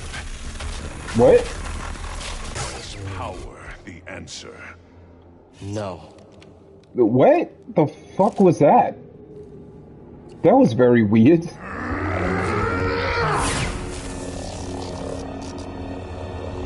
Master. I will never forget. The loss has become a part of me. I will honor your teaching. And your sacrifice.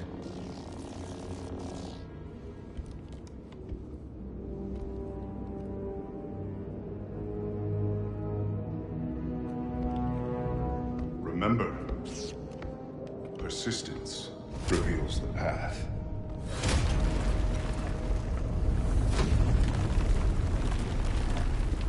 What? Why are there... What? Why are there normal enemies behind this? Oh man, what did they do here? Okay, first of all, the scene in and of itself, from an idea standpoint, wasn't bad. The execution was really bad, though. Like, first of all, it's very unclear what you're meant to be doing.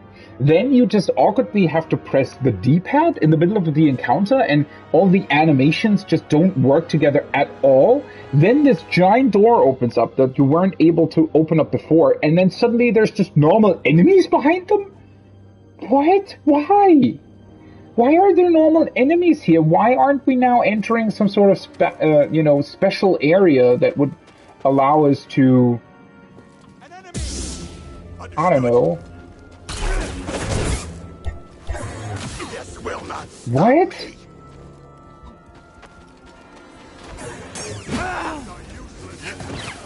What? Who's shooting at me? Oh, there's the guy up there. I saw him. This is just weird.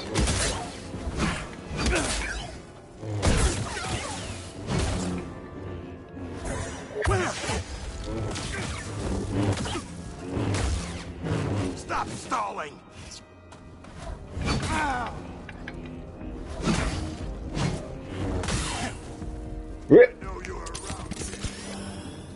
Yeah, I don't know. The combat against them just doesn't really work all that well, to be honest.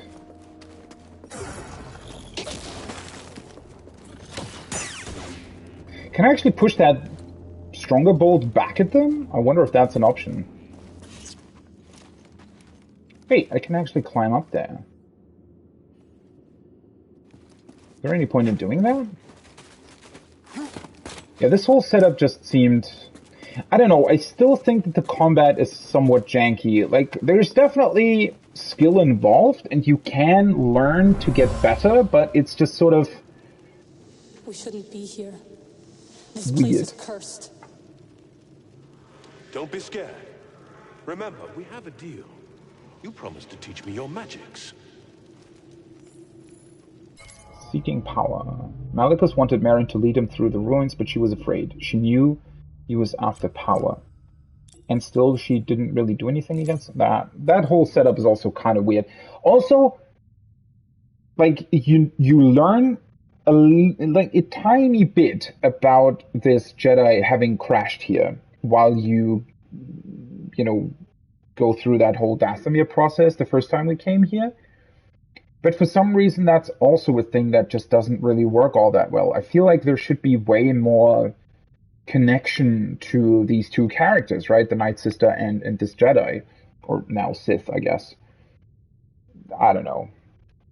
The escape. On their way out of the caves, Cal discovered a massive Imperial mining operation on Ilum, designed to extract the planet's Kyber crystals. As Cal and BD fought their way back to the Mantis, Ciri used Trilla's trick from Mikrul's tomb to prevent the Empire from calling reinforcements. The Empire eventually reversed the slice, but it gave Cal and BD enough time to get back to the Mantis. Now with his lightsaber reforged, Cal must return to Dathomir and face the dark side once again. Okay.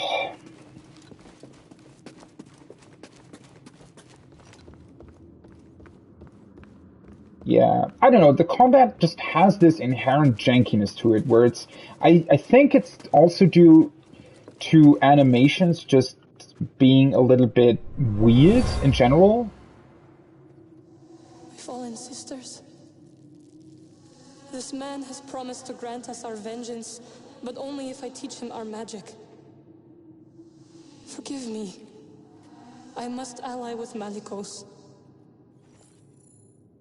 Merrin's pact. She prayed her lost sisters for forgiveness. She made a deal with Malicos and agreed to teach him their magic. But she was worried he couldn't be trusted. Yeah, no shit. Of course he can't be trusted. But yeah, I think one of this game's biggest problems is just how animations don't flow into each other correctly. And that's not only an issue during combat, but it's also sort of when cutscenes start and end, with the animations when you're just sort of normally talking to Cere and Grease, right? There's always this really, really weird jankiness to all the animations where it's just, they didn't polish the animation sort of state change, like from one animation to the next enough, right? Because in that way, it always looks janky. And the problem is, that jankiness translates to very weird parry timings, right? Because it's not the parry timing that is weird or an issue, it's the animation that is tied to it that just doesn't work as well as it should.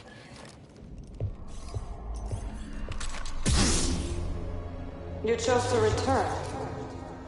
Brave, but not wise. Maybe. Merrin, right? I'm Cal Kestis. What you were told about the Jedi was not true.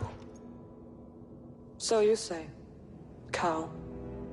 Malicos said many things too. Terran Malicos might have been part of my order, but what he is now, I have no idea. All I do know is having a lightsaber isn't what makes you a Jedi. Then what does? We were peacekeepers. We were betrayed by those we protected. Hunted down by the Empire.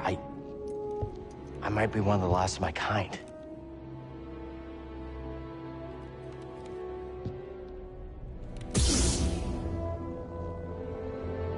I was only a child when they attacked. An armored warrior brandishing this descended upon us and cut down my people, my sisters, until I was left alone with the dead. Then Malicos came and promised me revenge if I shared our secrets with him in return. I know what it's like to lose everything. And Malicos was wrong to use that against you. We don't have to be enemies.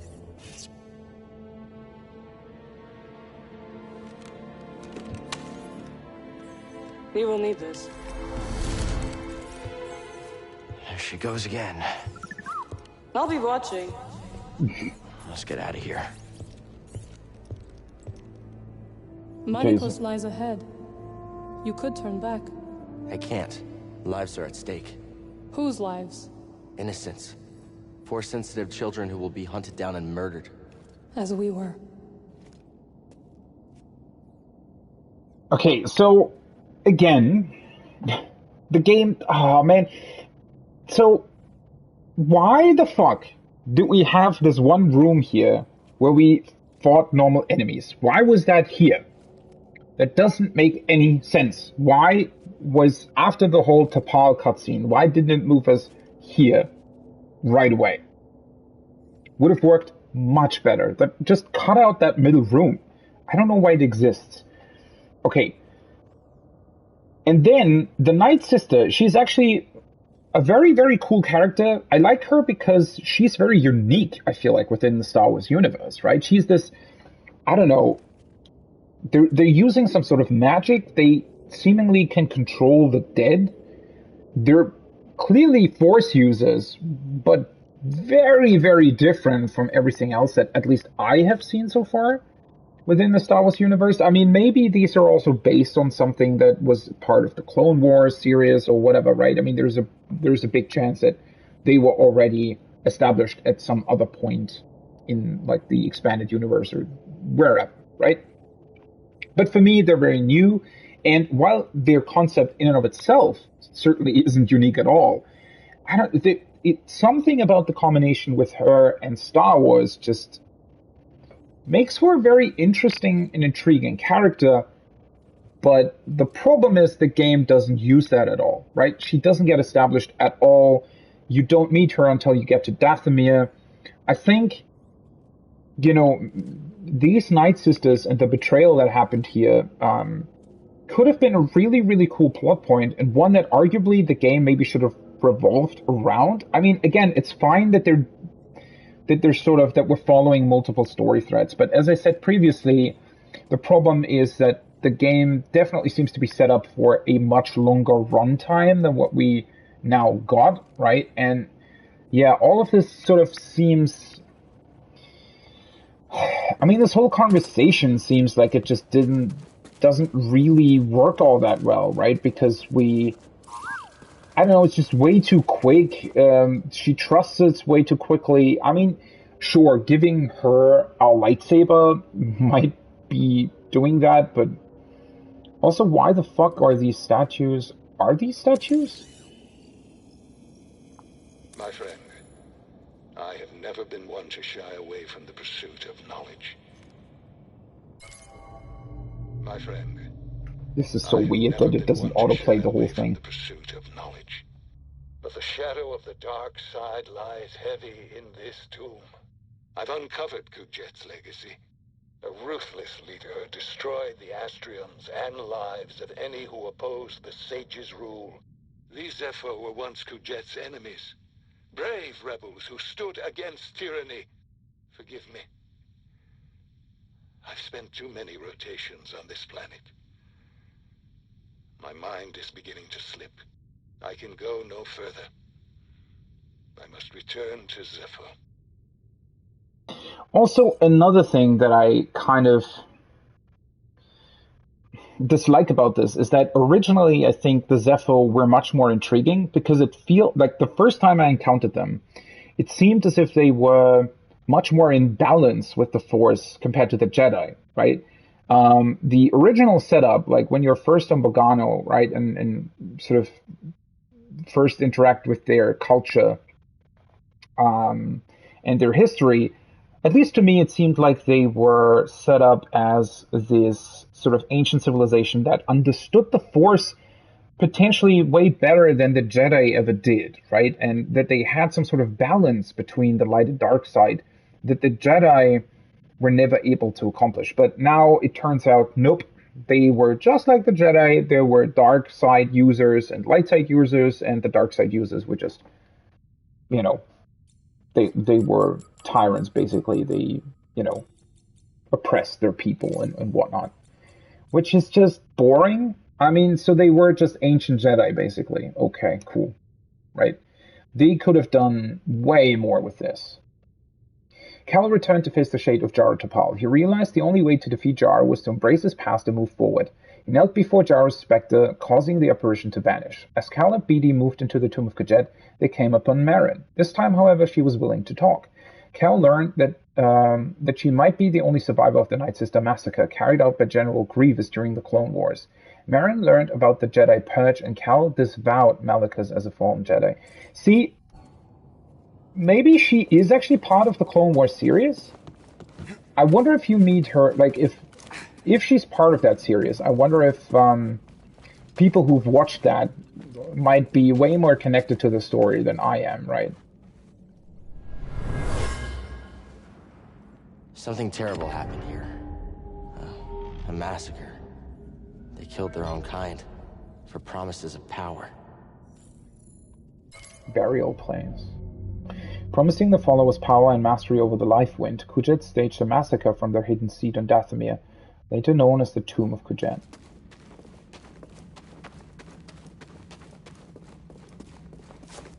Yeah, the Zepho in general, they begin as like a very, very intriguing story point and end sort of in kind of a boring way, I don't know. Not really boring, but certainly just not as interesting as they could have been. Mostly because they're just not explored all the way to the end, I feel like. Okay, we don't get another meditation spot before we face him? Really?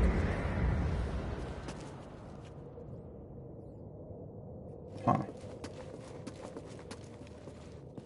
Hello. Kestis. Malachos. Welcome home. Here to begin your training. What in these ruins tempts you so much to risk death? I could ask you the same thing. There is power there. Beyond Jedi understanding. Power I control. I would offer you the same thing. Don't you understand? I'm not interested in power. I want to restore the Order. Restore the Jedi Order? Oh, you poor fool. It's over! Jedi fell long before the Purge.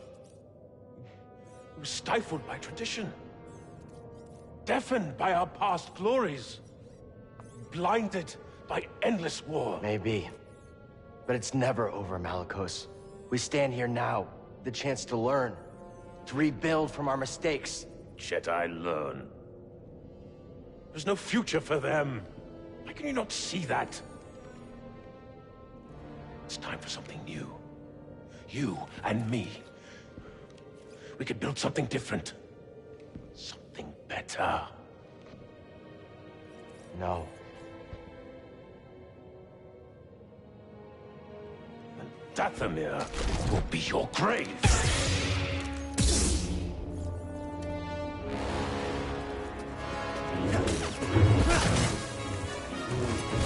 Only cowards run.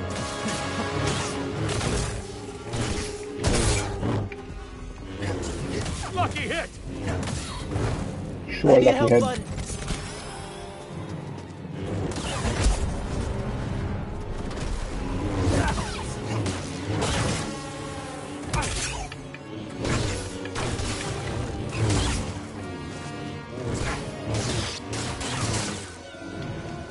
Toss me one, BD.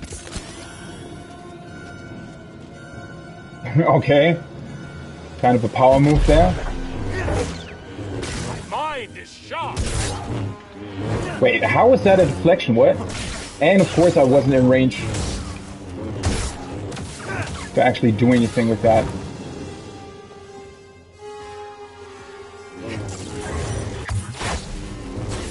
Oh. He just follows up with that. With something, okay? Oh.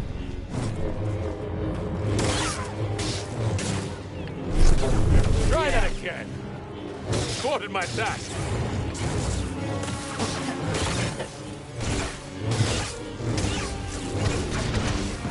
Okay, yeah. I don't know. Something about this doesn't work at all.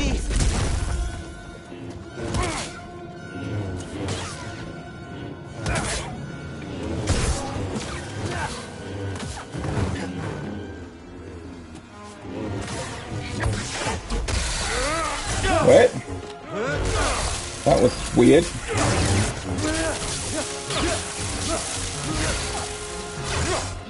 It's also kind of a problem when the cutscenes just look so much better than the actual combat, right?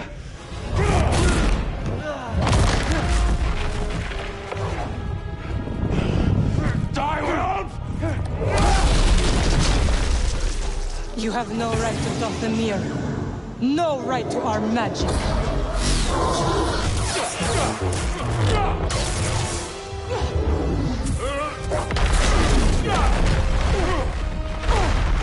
Get up, Cal Kestis. You're not dead yet. So now she's gonna help us? Go. I survived worse.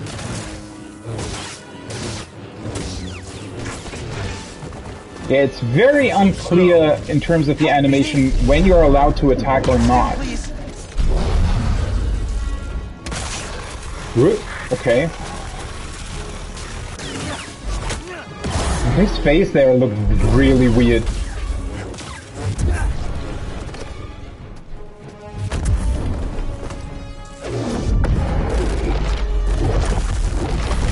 Why? Why can I not shoot them back at him?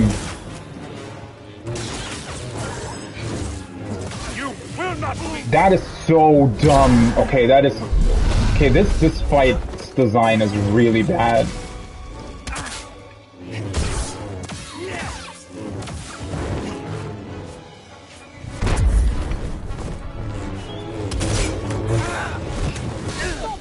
Why? I pressed...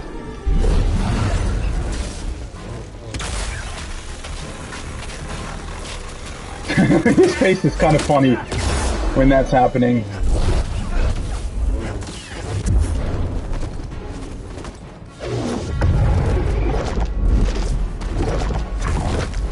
Why? Why can... Oh, God, this game is bad. What the fuck?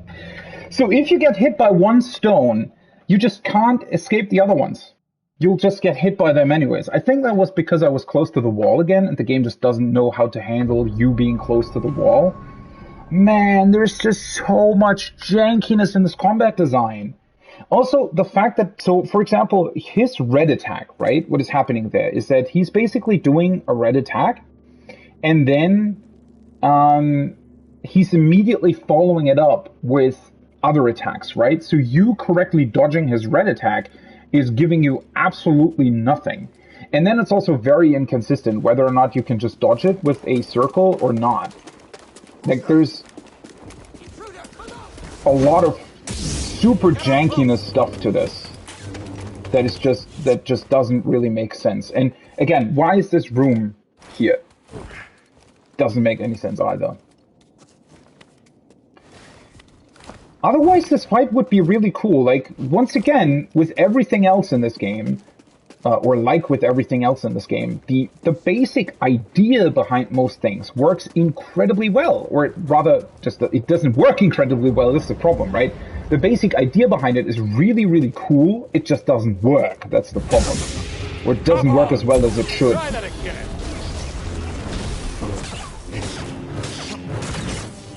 Thwarted my attack. What? Won't save you. Okay. Totally useless. His guard is up. Back, Jedi.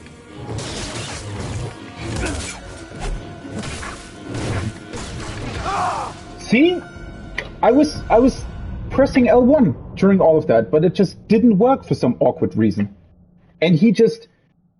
Like, if he hits you once, the game sort of forgets that you can parry the other hits. So you, instead of parrying, you have to use circle. But then sometimes you use circle and it still doesn't work correctly? Man, holy fuck, this is janky as fuck.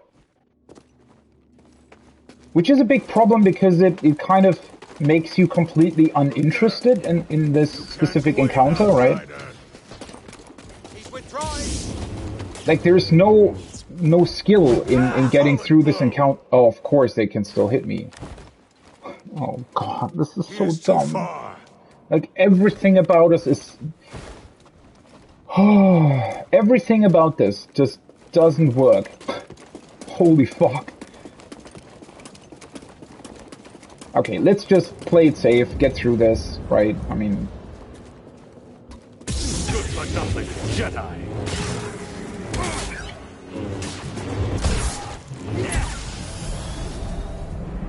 Lucky hit!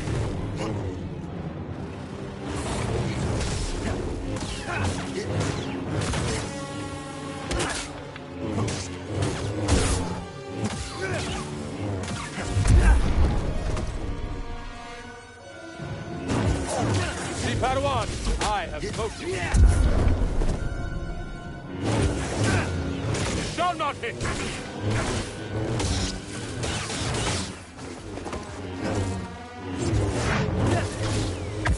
Oh, you're a quick one. Come on! That was nothing. Oh, hey, you can block that. Didn't realize. Yeah, the parry timing on that is also incredibly inconsistent about whether or not you're actually able to parry him.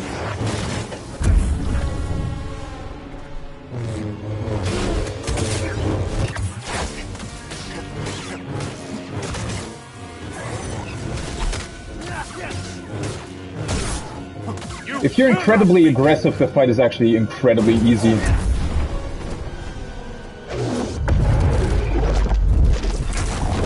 See, again, the stones hit you before they even appear.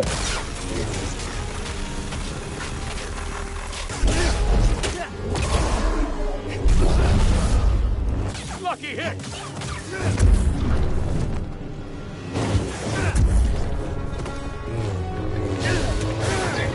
The parry timing on that first sword is really weird. It doesn't fit the animation at all. Oh. This is such an awkward moment because you can't recover from that, and he's just gonna kill you basically.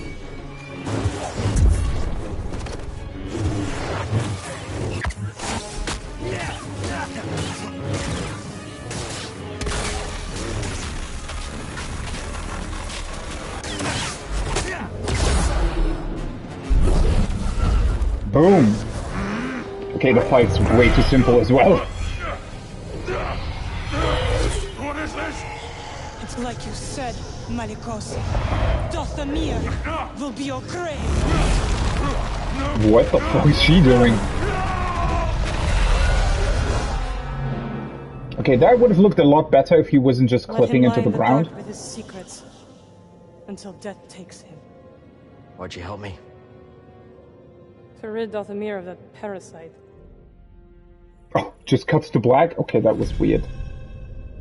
Taron Malik is defeated. Okay, yeah, so the problem with that encounter is that it's incredibly simple, but has a couple of moments where the game is just incredibly inconsistent. So first of all, with the stones, for example, right? When he throws the stones at you, they can just chain stun you if you mess up the first timing. Which is really, really bad. Also, their hitbox doesn't actually correspond to the size of the stones. Like, the hitbox seems to be bigger. The problem is also that they push you back, and the game in general has a really, really big problem with attacks in general that push you or enemies back, right? It just doesn't really know how to handle that properly. And the attacks, like the parry timing for the attack things that Taron Malikus does is also incredibly weird. Every time, or almost every time that I parried him, it felt like I parried way too early. So it felt like my timing was off, but I still parried him. And every time I thought my timing was right, I wasn't able to parry him. And he can also chain attack you to death. Because if he hits you once, the animation, like your hit animation, makes it so that you can't parry his next hit, which I think is probably an oversight. I don't think that's how it's meant to be to be done. Also, in this particular case, when I now defeated him, for some weird reason, he never really followed up his red attack with his normal combo attack, which he did the first time around. So I don't know if that's also a bug, or if that's meant to happen, or if I just attacked him quicker after his red attack or something. Yeah, there's definitely a lot of weird inconsistency to this, and the end result is just jankiness and a fight that's pretty easy if you don't get chain locked to death, basically. Yeah. Very strange encounter. Anyways. In their final confrontation, Malicus attempts to convince Cal to join him. Believing the Jedi era is over, the two clash in ideology. The battle escalates, finally tipped when Marion helps Cal defeat the sinister Malicus.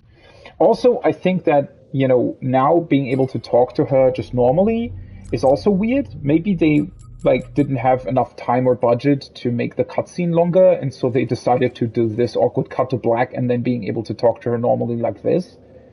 I don't really know. What are you really doing here, Cal Kestis? The ones who built this tomb, the Zepho, they created an object called the Astrium. It opens a vault on a distant planet. Inside is a list of Force-sensitive children across the galaxy. But the Empire is looking for it too. What Empire? The Empire. The one bent on exterminating Force-sensitive so no one can stand against it? Then it will come for Dathomir before long, as the war did. I will help you find this Astrium. Wait, she didn't know... So she was part of the Clone Wars, but doesn't know about the Empire? Oh, well, the Clone Wars were before the Empire, right? I just realized the Clone Wars were against the Separatists. Thank you for helping me with Malicos. Thought I was a goner for a minute. Yes, you would have died. Right. No, I wouldn't have. You didn't. It is nice to have an ally. Yeah, I like the sound of that. You're welcome, Cal. Her facial animations are also really weird outside of cutscenes. Let's find this Astrium. Cal's just looking to the side. I don't care about what you're saying. Yeah, I like her as a character, but I feel like, well, again, maybe I'm just missing the sort of context that she was given during the Clone Wars series, if she's in that series. I don't know. The problem is, again, the game should have, she should have been part of the game way, way, way before you coming to Dathomir. This place, it's... horrifying.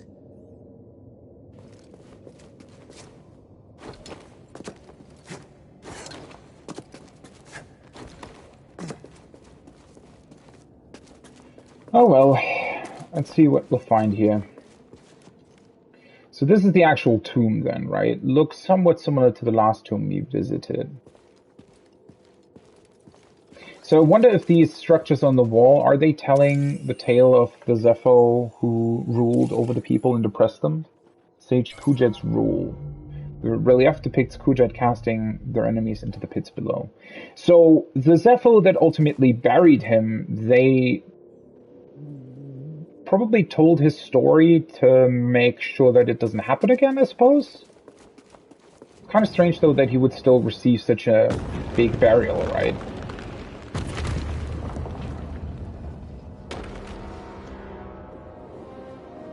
Okay, and the Astrium is now just given to us?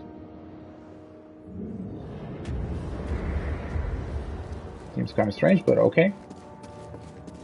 How does it know that it's supposed to be given to us? We finally found it. It is real. Baron, this could be the key to the next generation of Jedi.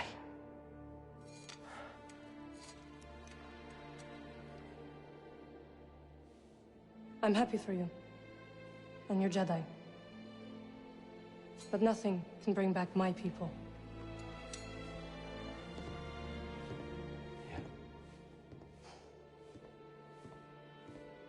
After the Purge, I was alone for a long time.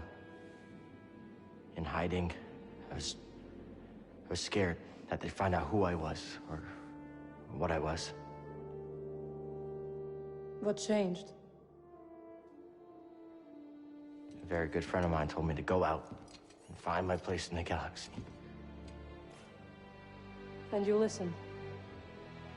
Oh, no. But life has this funny way of forcing you on the path forward anyway. Now here I am. Or at least expected.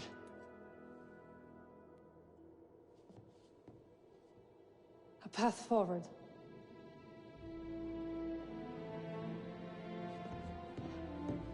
I will join you. You will? I've spent years waiting for a chance to avenge my sisters. I'm finished waiting. I wish to fight by your side. Night Sisters and Jedi do not travel together, but survivors, we adapt.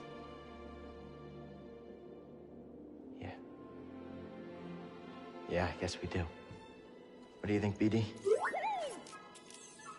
I agree.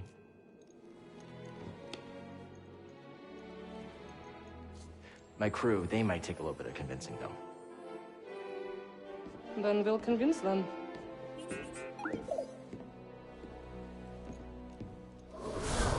And she just knows out. Okay, so... man, fucking hell. I really like her as a character.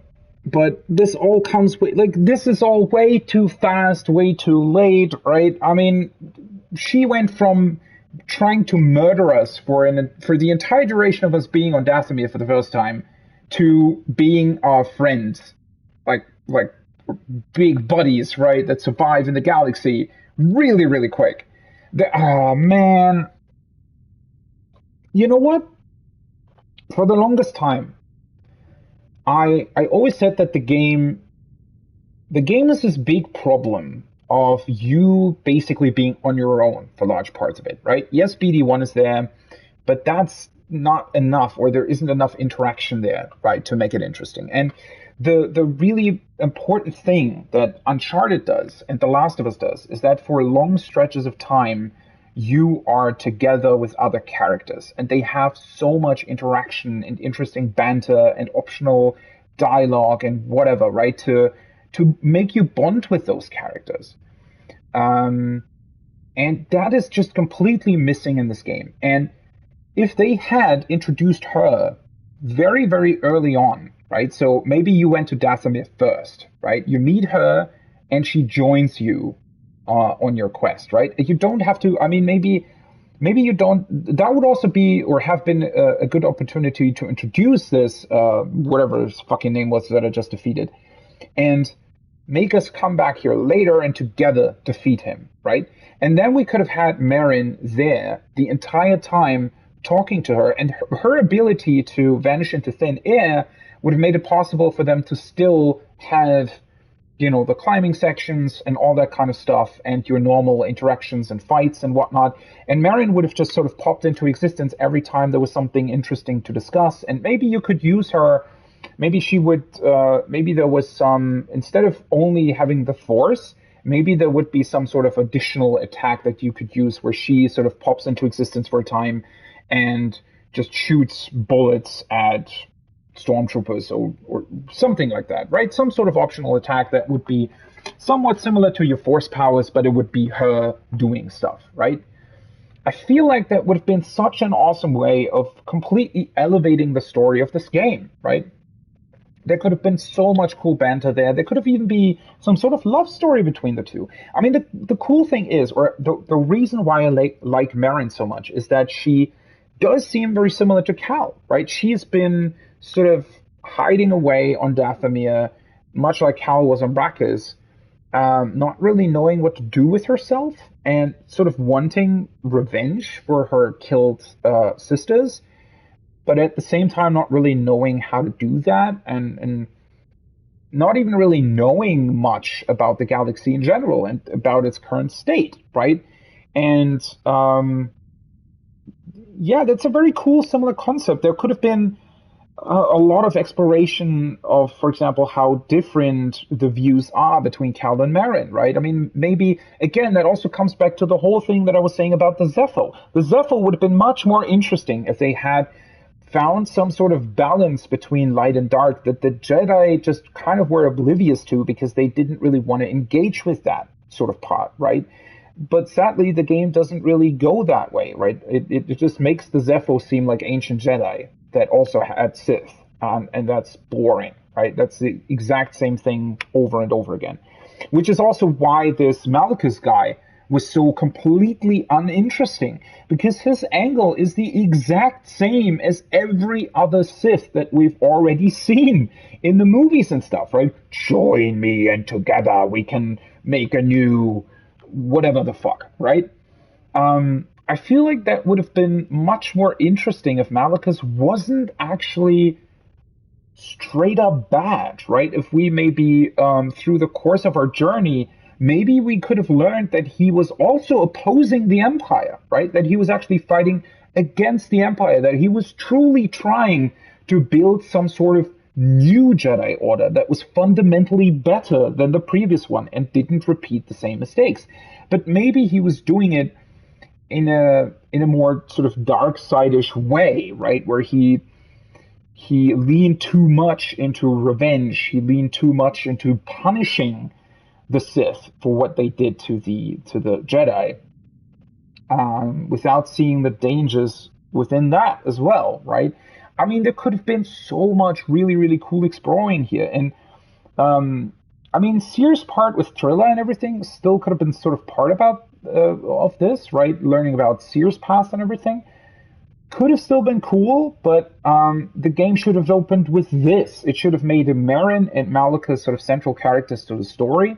And maybe, and I said this as well, right? The sisters, it's even interesting that Merrin is called a Night Sister and Trilla is called the Second Sister, right? So maybe these sisters that the Empire employs, I mean, maybe they somehow are, in a weird way, employing similar magics to what Merrin uses, right? And throughout the course of your journey, Merrin joining you, you could have learned, or she could have learned more about the Empire, right? And she could have been even more bent on revenge because the Empire and the Sith are misusing her magics for bad things, right? And Trilla would be the example of that. And it could have all been there could have been so many cool interactions, so much interwoven stuff that could have worked very, very well.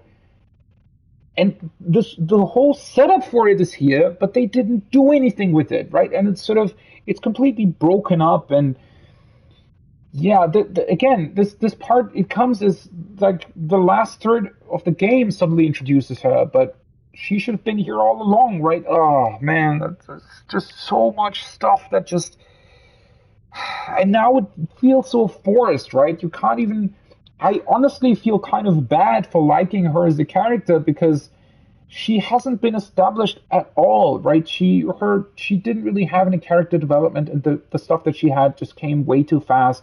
It feels really, really forced how she's suddenly joining us, right? Even though basically 10 minutes ago or 30 minutes ago, whatever, she was still trying to kill us, right? I mean, all of that just doesn't really, it just falls, everything in this game just falls flat, even though it has such an incredibly intriguing setup, and there's so much stuff that they could have utilized in a very, very cool way, but they just didn't. Like, how do you mess this up? There are so many cool ideas here, so many things that could have worked in so many incredible ways, right? Just me spitballing like 5 minutes I already have so many really cool ideas with how this could have been set up, but they just didn't do any of it, right? Why? And that's not even, like, you can't even explain that away with sort of time or budget constraints, because that's not it either. They fundamentally had these ideas and just didn't do anything with it. Oh, that's really bugging me. How can you... I hate this. This is Star Wars, like the new trilogy all over again. How do you have... I mean, even though this game was, constrained by time or whatever, clearly a lot of money still went into this, right? And how can you just basically throw $90 million or whatever it is out the window, right? How can you take this money and not spend 5 minutes thinking about your story and how cool it could be if you just, just took a step back for like maybe a day or a week before development started and fundamentally think about how can we make this incredibly cool, right? And oh man, like what the fuck? It's the same as Disney. Like Disney bought Star Wars, right, for billions, and they put millions of dollars, billions of dollars into the new trilogy, but didn't spend 30 fucking minutes talking about how a trilogy should maybe have a connected story? What the fuck? How do you screw this up so badly? Man, that's really... I honestly feel really, really sad about this. This could have been incredible if they had just done something with it. The only good thing here is that maybe there is a very, very faint and slight hope that maybe if Respawn actually gets proper, development time for a second part, maybe they're capable of sort of retroactively making the story of the first game better by making these characters absolutely incredible in the second game. There is a very slight chance they're able to do that. In a way, I think, I watched a couple of the earlier Joseph Anderson streams about this game, right? And at one point, I think somebody mentions that maybe the second game of this can be like Uncharted 2, right? Where arguably Uncharted 1, while having interesting characters, also didn't really have a good story. The gameplay was just kind of jank in a couple of places, right? Arguably, Uncharted 1 was better than this game because it wasn't such a train wreck, right? It worked properly, at least. But the quality difference, especially in the writing, but also in general in the setup of the game between Uncharted 1 and 2, is absolutely staggering. And when Uncharted 2 released, and I played through it, I honestly couldn't believe how well or how good it was compared to the first one, right? And I think while I liked characters like Nate and Elena and Sully in the first game, all of their interactions in the second game really brought them to life, right? And really made them these incredible characters that they now are, right? And all the setup that had been built towards Uncharted 4 being sort of the culmination of that and being just a really, really cool story, right? With really, really cool characters that you just enjoy seeing interact with each other, right?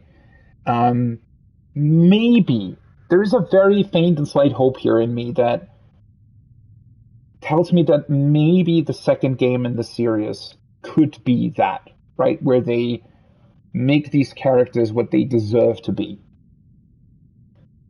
I highly doubt it because unfortunately EA is still part of this, and unfortunately it's still a Star Wars license, right? So we don't know what kind of bullshit Disney comes up with. Like maybe they come up with some sort of other movie like the Solo one that nobody actually wants to see, and they force them to release the game alongside that one. No idea, right? That's always a possibility, but there is a very faint hope that maybe, if they're actually developing a second part, which I think they are, but it's not really been confirmed by this point, at least not officially, that maybe they're actually, building a really, really cool story around these characters. That would be absolutely incredible. Because unfortunately this game isn't it, and it really saddens me to see what kind of potential they threw away here. Oh man. Whatever. Night Sister Merrin. Both survivors of Fallen Order's Merrin and Cal begin to trust one another. Having defeated the sinister Malachus, they realize the benefit of working together. Inspired by Cal's words, Merrin decides to leave Dathomir with the Mantis crew and pursue her own path in the galaxy.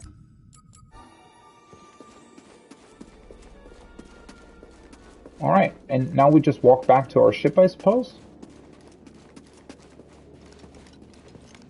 I do have to say, in terms of artwork, these these Zepho structures and tombs are really, really cool. I like the way she's just sitting over there watching us jump while she can just teleport over here, basically. Are you not going to comment on me having to jump over here?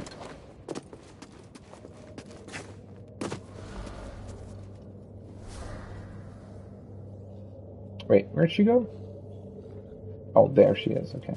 There's no way forward. There is now. Did you raise the ones before, too? I did.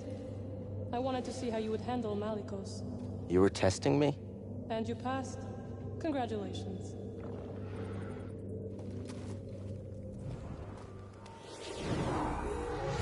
I don't know if I saved yet, so let's just play it safe.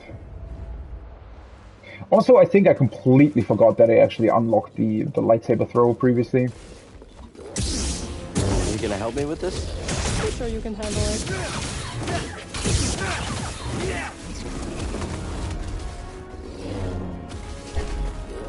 Oh. What the fuck is happening? They're so janky. Holy shit.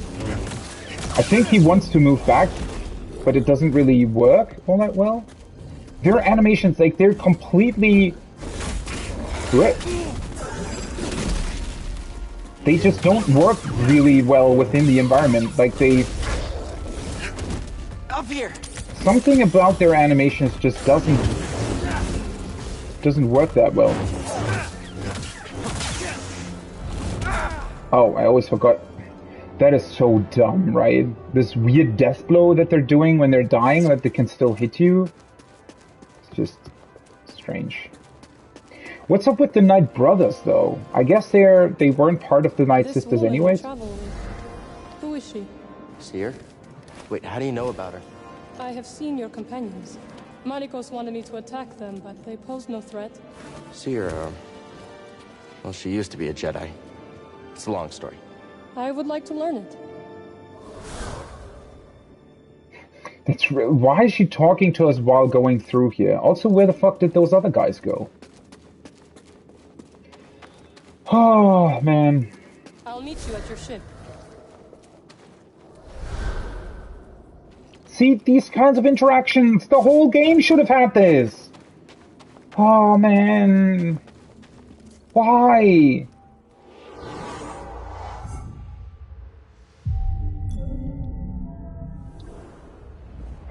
Also, there could have been so much cool banter. Like, imagine if Marion would have been part of the ship's crew the entire time. The banter she could have had with Grease, for example. I think that would have also elevated, because Grease's dialogue now just seems kind of forced comedic relief, right? Like, it doesn't fully work, I think.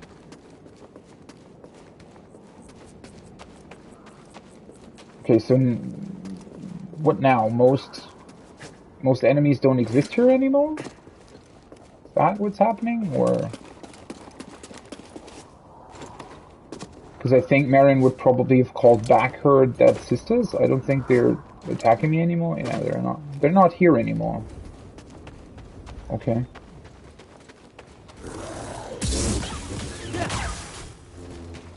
What? Where the hell did you come from? Well, I guess they are still here, huh?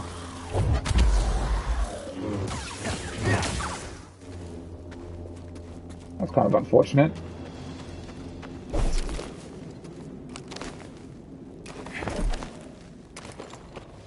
Oh, I never got this, I guess. Nice.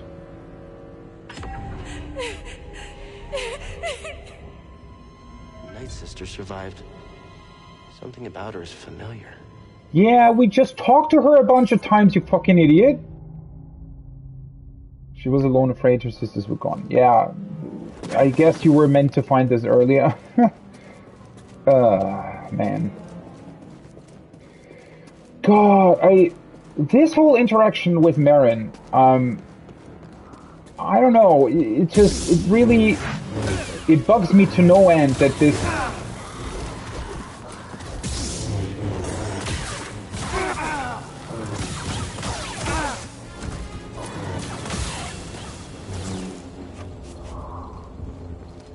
It bugs me to no end that this game isn't, like, using that better. Like, oh man.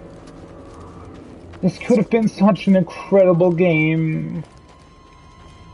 It's honestly been a long time since I thought about a game like this, right? Where I think that... I honestly think that it's a good game, but it's just a bunch of circumstances came together to make it a bad one. You found it. Oh, well, who's this? What's that supposed to mean? It means I'll be joining you. Seer, Grease, this is Marin. She's a witch, isn't she? A night sister. Your fear is unnecessary. I couldn't have gotten the Astrium without her. We fought Malicos together. I trust her. Do they even know who Malicos is? And we trust you. You will have to earn it. Okay, fine. Grab some seat. She doesn't try anything funny. Welcome aboard. They like you.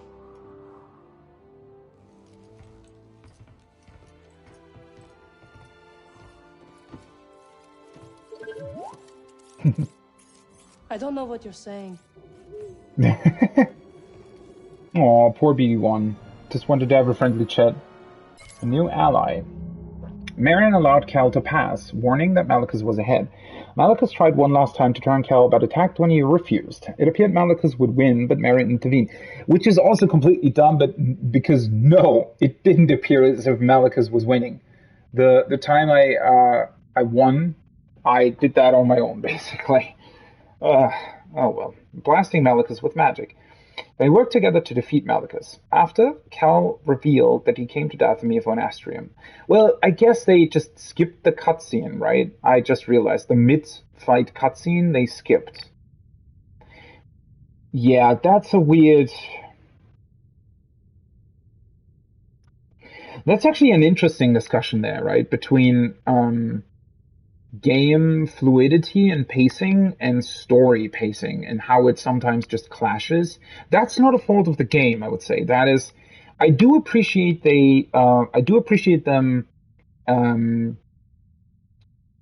not forcing you through the cutscenes a second time, right? If you have already watched the cutscene, the fight just starts. They don't even do the mid-fight cutscene. FromSoft could learn a lot from this, right? A whole lot. Holy fuck.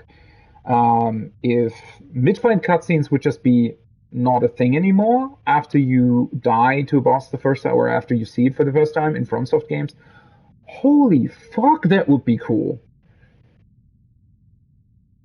The only problem is that here, in this particular case, the mid-fight cutscene is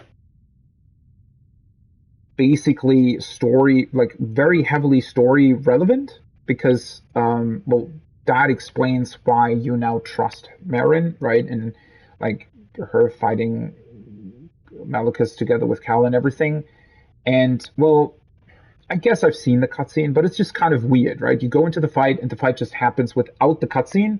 So you very clearly won on your own, but the game's still telling you no, that you only could do this together with Marin. And you sort of have to remind yourself, oh, yeah, there was, like, a cutscene in between, and that explains why the game's telling me that and all that neat stuff. Kind of strange, but it still works. Marin agreed to help him, and they found one in Kujet's tomb. Desiring more knowledge of the galaxy and the future for her people, Marin joined Cal's quest. Together, the crew stands ready to return to Bogano and find the holocron. Cool. Can we, like, talk to these guys a bit more? Also, you know, I do have to admit, I just find her hot. Sorry, but yeah. Won't deny that at least a little bit plays a role in me liking her. But I think she's a very, very cool character. I really do. Or at least she's a character, I guess it would be better to put it in a way where she's a character that I would really like to know more about, right? She's a character that seems very likable. It seems like she has a lot of potential stories to explore. But unfortunately, you know, it feels like the game is sort of slowly drawing too close, so we won't get those stories, right? And I really, really wish that she would have been here the entire time. And especially since I specifically said that, right? Cal just needs somebody to interact with beyond BD1. Because it's a very... I honestly very much like that they don't translate what the robots say in Star Wars, right? And it's just this cool interaction of the characters knowing what they're saying, but you don't. I really like that dynamic, but unfortunately it's not something... I mean, that would be like... Imagine if Luke and C-3PO and R2-D2 would be on their own the entire time for the length of an entire Star Wars movie, right? I don't think, like, that'd have to be... Or you'd have to put in some serious writing skills to make that compelling, right? Obviously, you know, the movies rely on multiple characters and interactions between all of them to be interesting, and this game desperately needed that, and unfortunately... And she was here the entire time, right? She could have been that, but... Oh well. Let's go with this. I like the idea of this. Because I think it also allows... Yeah, it also allows you to quickly defeat certain enemies. And what is this? Yeah. Let's save the other point. I wonder what else there will be, though, because... I mean, I guess maybe Trilla will be there on Bogano when we return, because, I mean, that's the only sort of... Sometimes the exhaust valve needs a bit attending to, but otherwise, it hasn't been much of an issue. Cal, care to join me? What? Well, Breeze now... has gone outside for once. Figured I'd take the time to rest. Not a bad idea. You two have spent a lot of time together. I think it's Merrin's turn to enjoy his charm. Think she can handle it? He's superstitious enough to give her space, relatively speaking. Makes me want to learn magic. Seriously. Okay, Seer, I hate to point that out, but Grease standing right behind you and Merrin sitting right next to you. What are you thinking about?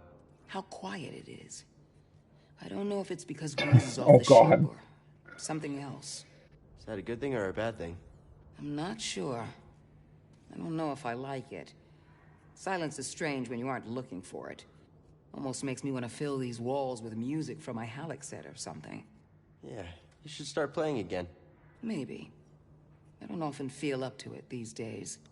I've always wanted to learn an instrument. Think you could teach me after this is all settled? I'd like that. Yeah. So I guess these interactions were meant to play when we return to Bogano rather than now? I don't know. It's always good to give yourself a moment to think and reflect. How's it feel to be home? Good. Now that Malicos is gone. It's hard to believe he was ever a Jedi. Desperation deformed him. There are many experiences that can warp or break a person. I was taught that we always have a choice in how we respond to misfortune. True. But it still leaves a mark. Your friend Seer. It is clear she carries great pain. She may no longer be a Jedi, but she'll never stop fighting for what she believes in. Good. Okay, so for some weird reason, I think the game assumes that we flew away and then came back to Dathomir. Something like that. Also, I think that her, sort of when she moves her arms, right? I think the game actually doesn't have, again, this weird sort of animation switching that for some reason doesn't work at all. So she's doing her arm movement, and I think that's fundamentally connected to her standing up. So that's why she does the awkward stand up and clipping through the sofa and then sitting back down. Oh man, this game. Holy shit. You should get what you came for.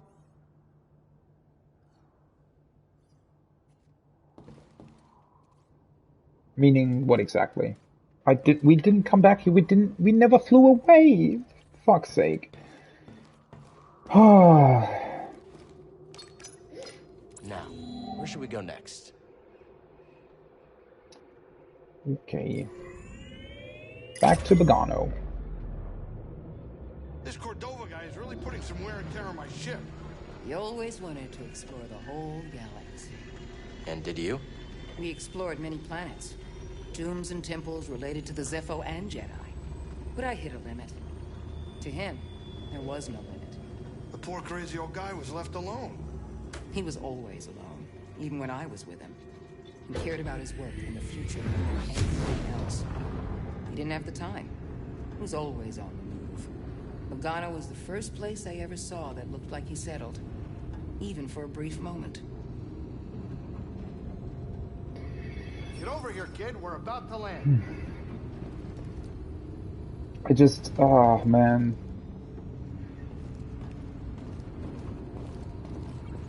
This game could have been so cool. I just can't. I'm sorry I keep bringing it up, but...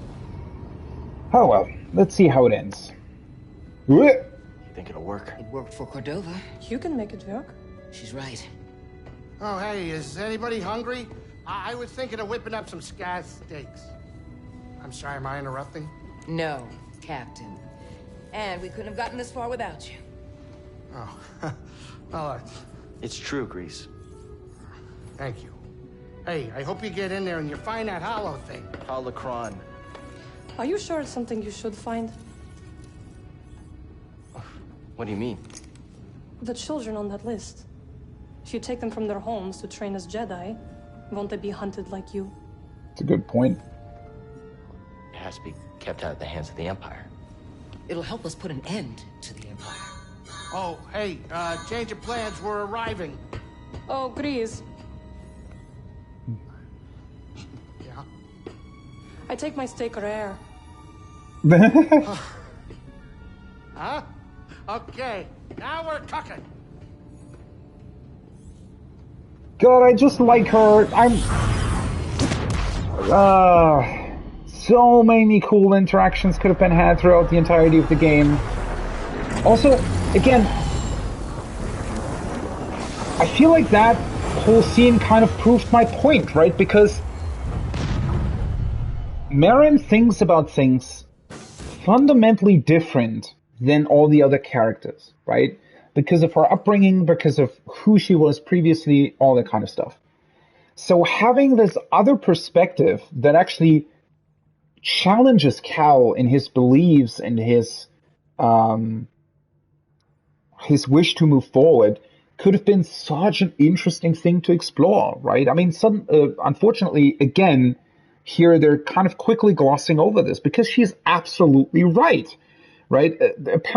Essentially, I mean, we're both right. That's the interesting part about this, right? Obviously, we need to obtain this holocron because if the Empire gets it, they'll know about the children and they're going to kill them, most likely, or they're going to turn them into Sith, right? So us obtaining the holocron is definitely really, really important. Whether or not we then use it, right, to potentially defeat the Empire by reestablishing the Jedi Order, that brings about some other difficult questions. And she just brought one of those up, which is, well, we kind of have to take those kids away from their families, right? And yeah, they'll also be hunted by the Empire from that point forward if they decide to become Jedi. Which are really, really, really good points to make, right? And it would have been really interesting to explore these differences in opinion and differences in approaches with her being there the entire time. But nope, we get like one scene with this, and that's it. Hey, Oh. wait up. I know you're about to get that holocron. Nice. You remembered. You joining me? Oh, no, absolutely not. No, I just wanted to say, you know, those kids we're supposed to find. They're lucky to have you. They're lucky to have us. We're in this together, Grease. I'd be lying if I said I wasn't hoping you'd say that because, you know, they're gonna need more than fancy magic tricks. Oh, yeah? Practical guidance, role model, someone to look up to. You know, ship flying's a complicated art. But that's only if I stick around. I remember that. Good. Good. Okay. Good luck, buddy. Do we actually have a plan for what we're supposed to be doing with these kids? Like, do we just want to bring them back to Bogano? Or, like, is there a place where we could train them? And who's going to train them, Cal? I guess you could also train them, but, yeah. You and Merrin getting along? Oh, yeah. I mean, she still freaks me out, you know, the whole raising the dead thing. But as long as she doesn't kill me... She won't. You'll be all right. Oh, yeah, you said that before, and then... And you're still alive. For now. Nothing will happen to you. We're all in this together, Grease. Funny to have this thing end where it started. Oh, yeah. I remember our first visit here. I've said it before. I really didn't think you were... A Jedi? Jedi or not, I just didn't think you were the guy. And now? Now? Jedi or not, you are. Look, I still don't quite get the whole Force stuff, but what I do know is that you are one tough kid. Thanks. So are you. Yeah, it's true. I do look young for my age. Hurry up here, I'm hungry. Might try a new recipe for smoked Kadu ribs. Oh, well. There's something weird about this place. The energy is different here. Yeah, it's different than Dathomir. Yes. Dathomir is intricate. Its ancient power emanates from the shadows. Bogano feels more simplistic, and yet... I can't figure it out.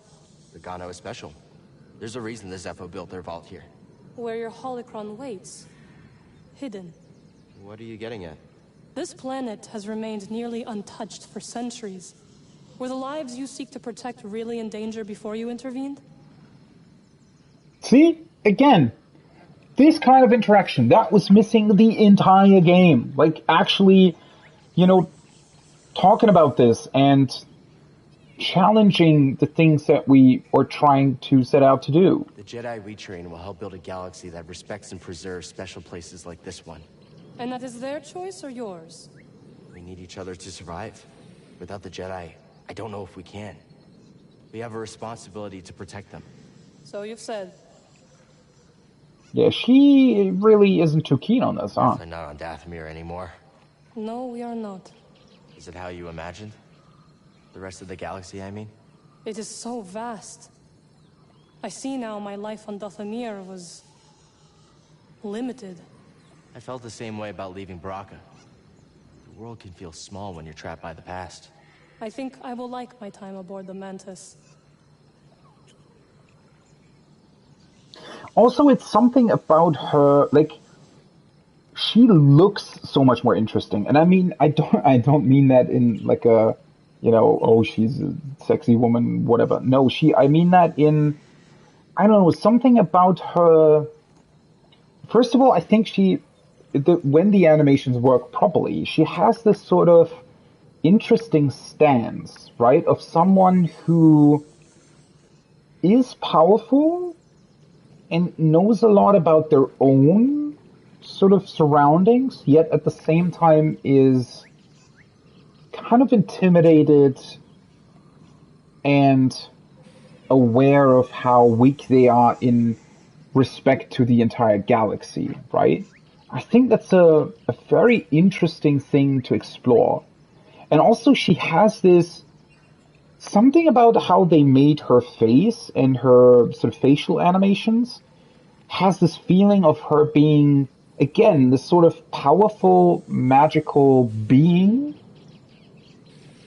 that, while being very young and not very experienced, at the same time has lived through, a lot of pain and suffering. And somehow her design is also another thing that I feel like is really unique. They somehow were able to implement a lot of her character into her outer appearance as well, which is not something that always works. And I think also a big reason for why Cal is a little bit of a weird main character, because he doesn't really work that well in terms of his animations, and because I think they also wanted to make him somewhat inexperienced and kind of weird, but then he has these animations where he ruffles his hair, and sometimes the way sort of he looks and stuff, and like this one, for example, right, where he sort of turns around. I don't know, something about his stance is sort of, he seems like this teenager who seems to think that he is so much more than all the other kids, right? And that he's like the special one that should always get the most attention. I don't know. Something about his sort of whole behavior and demeanor just doesn't really work all that well, or at least it doesn't really, because I don't think that they were trying to communicate that, or rather it would be very weird if that would be part of the main character of the series. I don't know. It's not that I dislike Cal. I think he definitely has sort of a cool personality. It's just that his whole sort of appearance doesn't work that well together, right? I think there are definitely a couple of things that contradict each other or just don't really work that well.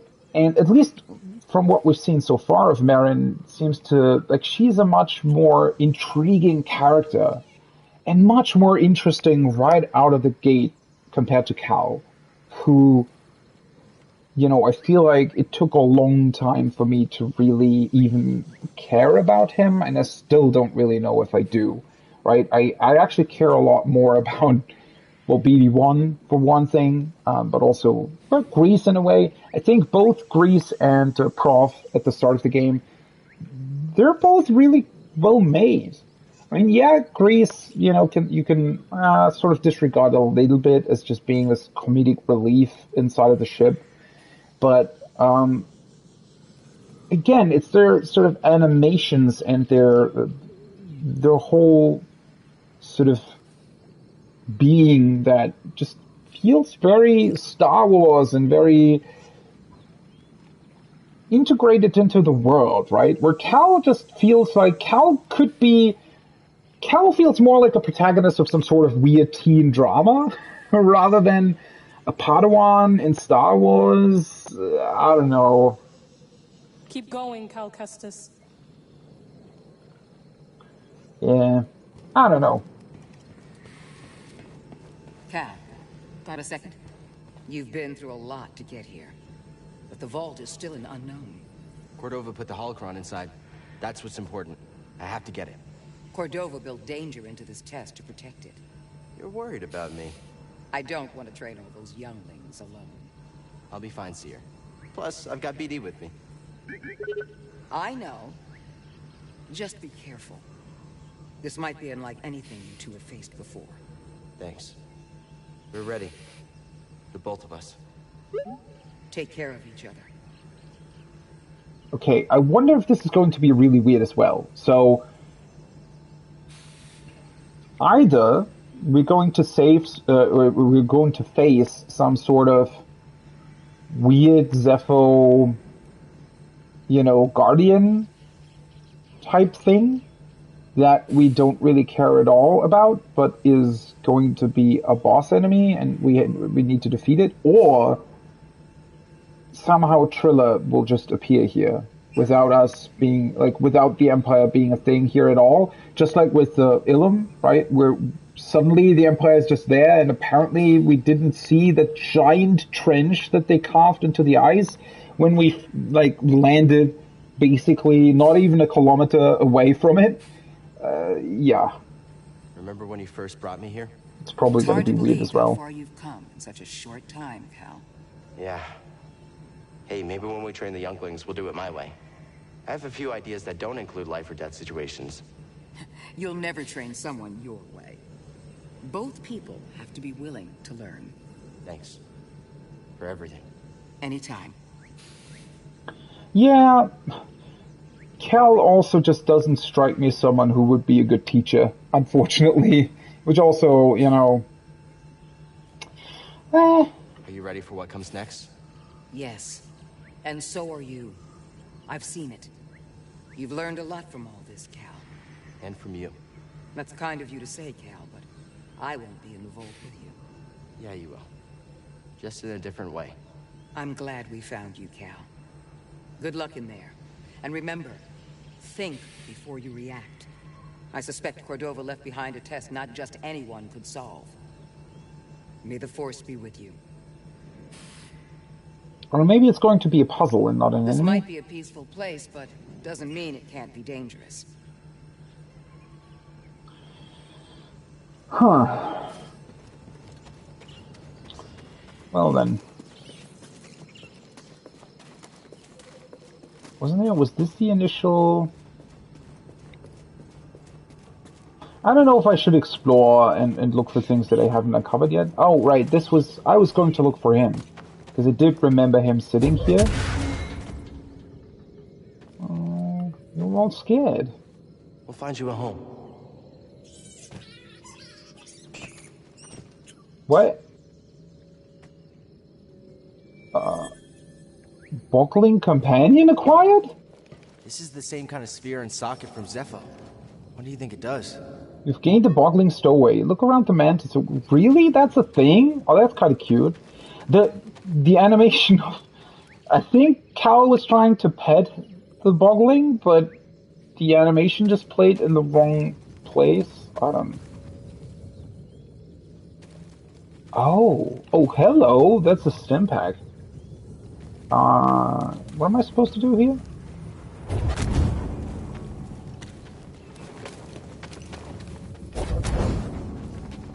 Oh, for fuck's sake, really?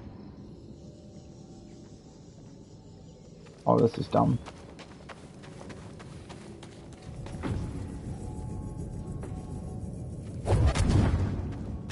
Okay, I have to wait for it to roll down far enough again. This might work? It does. Yeah, these puzzles with these spheres are also really, really awkward because they don't operate on normal gravity rules, which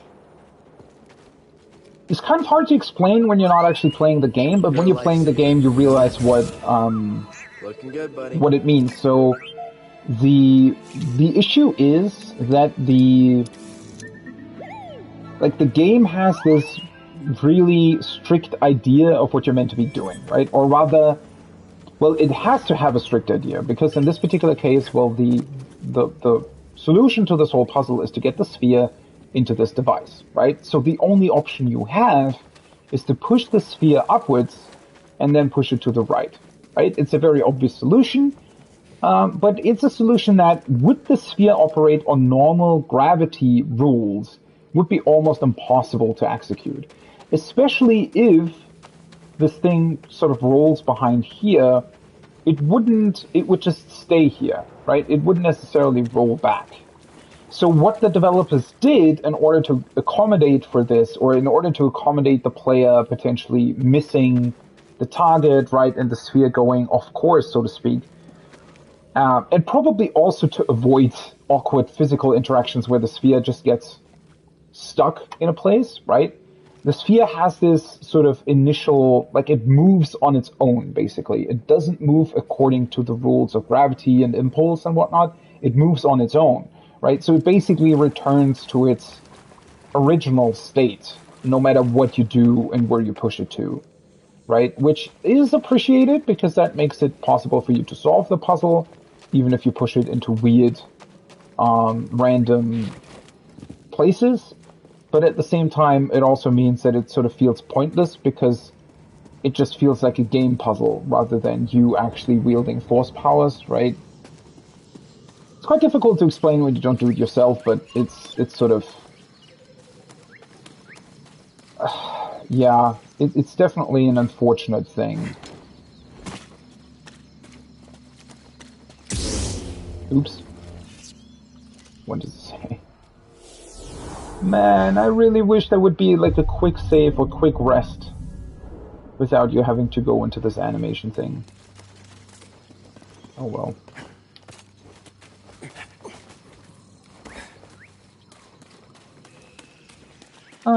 I don't really think I'm going to try to do any other thing here though.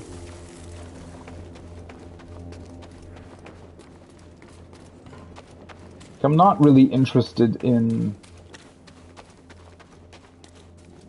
getting to the other secrets, I suppose.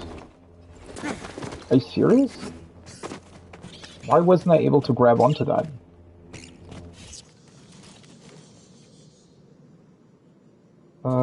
Well, fuck. I went the wrong way to begin with. Oh, shit.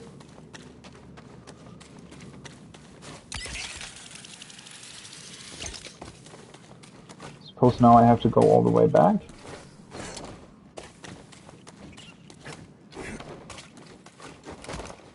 Okay. Oh, hello. Well, at least we can open up this one. Go on, get in there. Yes, let's take a look. New lightsaber sleeve. See, I don't even want to change up my lightsaber anymore, because it feels like the one that I have now is the one that I basically built, right, after I became a Jedi. So there is no point in actually finding more...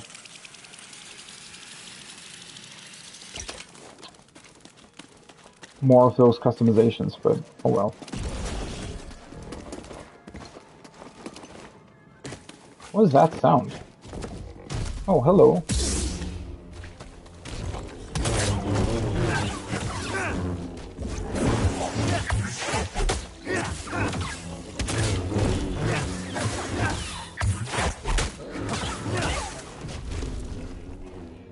They're really simple to defeat now, although I still think that...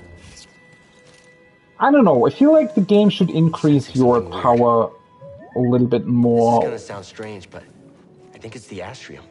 The closer we get to the bulb, the stronger it feels. Careful, buddy. We still don't know how this thing works. Maybe we will solve Cordova's puzzle, and then when we come back out, we'll have to fight Trilla or something. Because I think she probably still wants to have the list, right, of the Jedi. You know, it would be kind of weird if she didn't want to have that. Here we go, BD.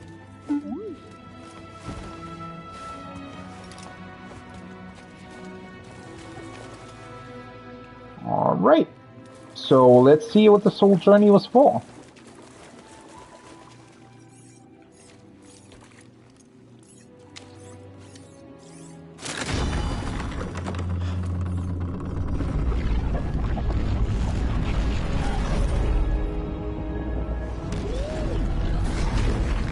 Amazing. The vault itself is built like a giant holocron. And linked. Something about that wall. We're close. Let's check it out. Wait, is it constantly rotating? Wait, wasn't that line of dialogue doesn't make sense. The vault isn't built like a giant holocron. It's built like a giant artery, whatever this thing's called. It's built like a giant one of those spheres that we've been interacting with the entire time. Not like a holocron. Oh, that's a cool... That's a really cool effect.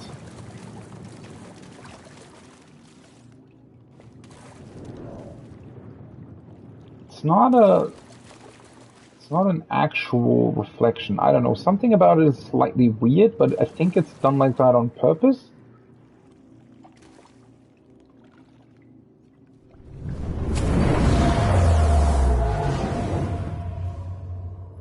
Hello. I wonder if we're gonna learn some new force power. Oh. Wait, these Zephyr are actually still alive. Holy shit, that's creepy. I offer this record of our civilization to those who will follow.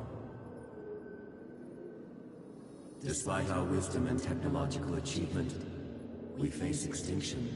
Why? Dogma blinded us to the path of balance, and gradually we allowed our pride to corrupt us. Who's Dogma?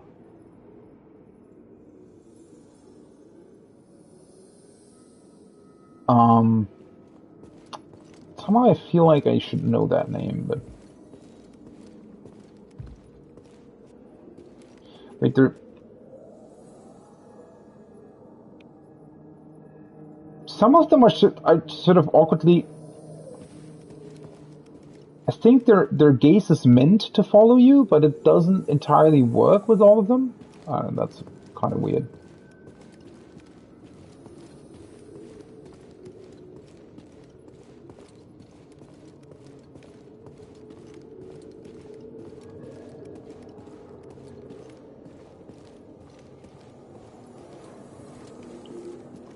It's pretty cool to finally see them, like, as living beings, though.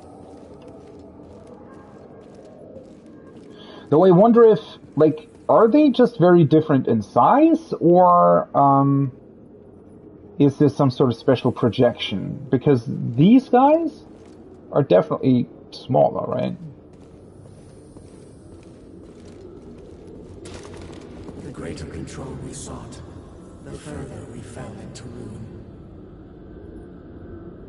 I lead the remnants of my people into the great unknown, hoping that we will finally find peace. Okay.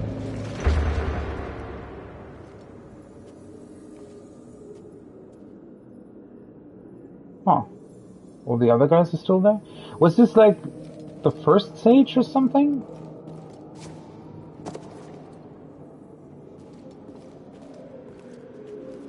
I shall teach them the ways of the Force. Master Kestis. We shall begin with physical preparation. What is the Force? Gather round, everyone. Master Kestis, do you think the Empire will find us?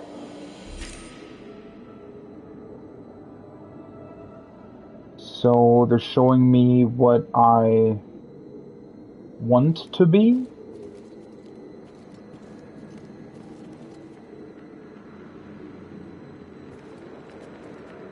They look kind of creepy, not gonna lie. With these wide eyes and everything.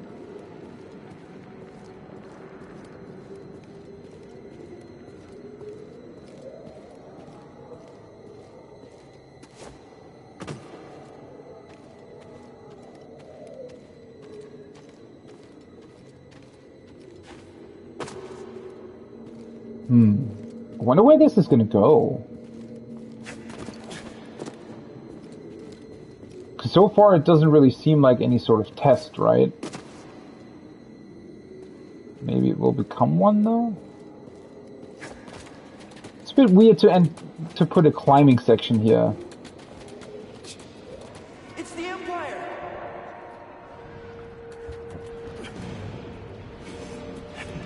Oh. The Inquisitors have found us. Master, shall we fight them? So now they're showing us basically what Marin said could happen, right?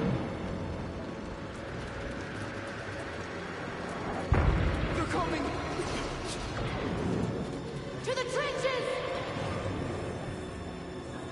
That is really awesome.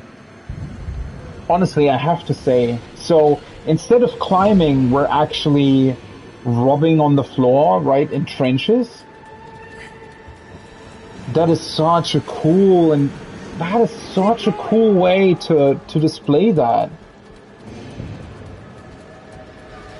Protect yourself! Man, some of the transitions in this game of how it's showing the past and how it transitions between scenes is absolutely next level. I've never really seen anything like this in any other game.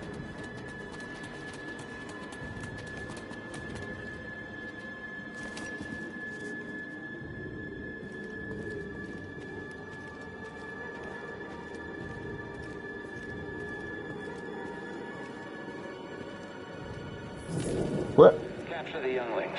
Kill the rest. They're back.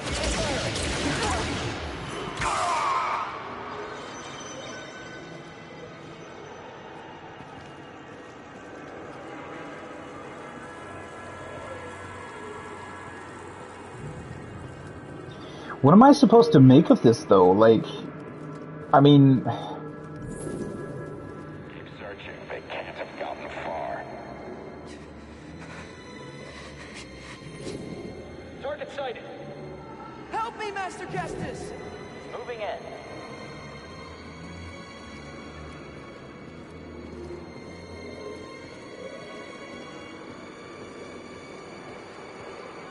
I mean, is this the potential future? Is it the set future? But are we not supposed to train them? Guess maybe not. There will be others. Yes, sir. You can't hide. Got you. Yeah.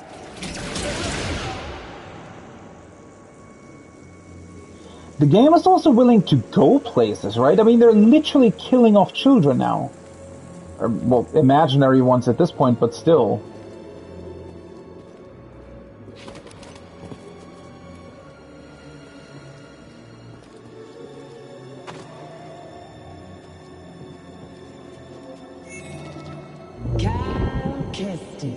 Hello.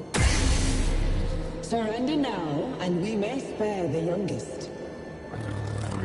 That's right. On your knees.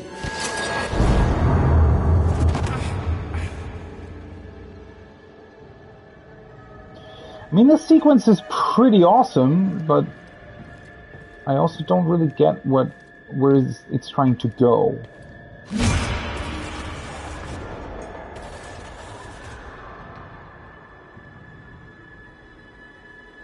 Again, these sort of transitions that the game does are really, really awesome. I'm frightened. What is next for us? Master Kessis, why? I want to go home.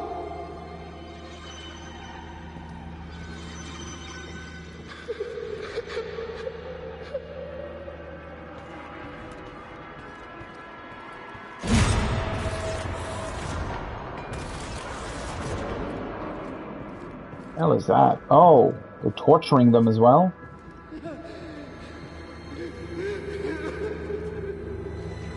That's pretty fucked up, to be honest.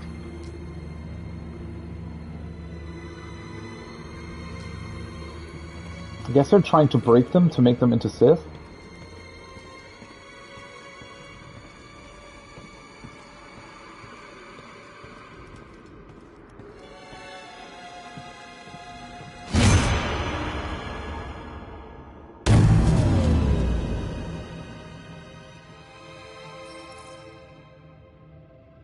Oh.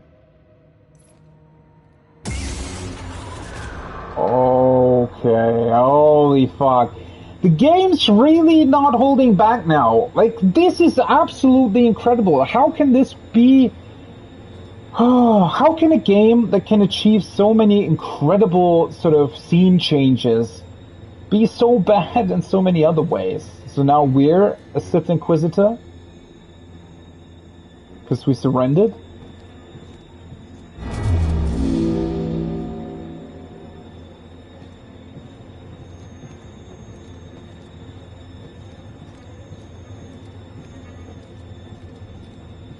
It's actually an awesome outfit.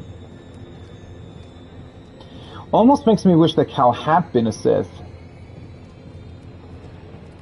And we were playing his redemption story or something.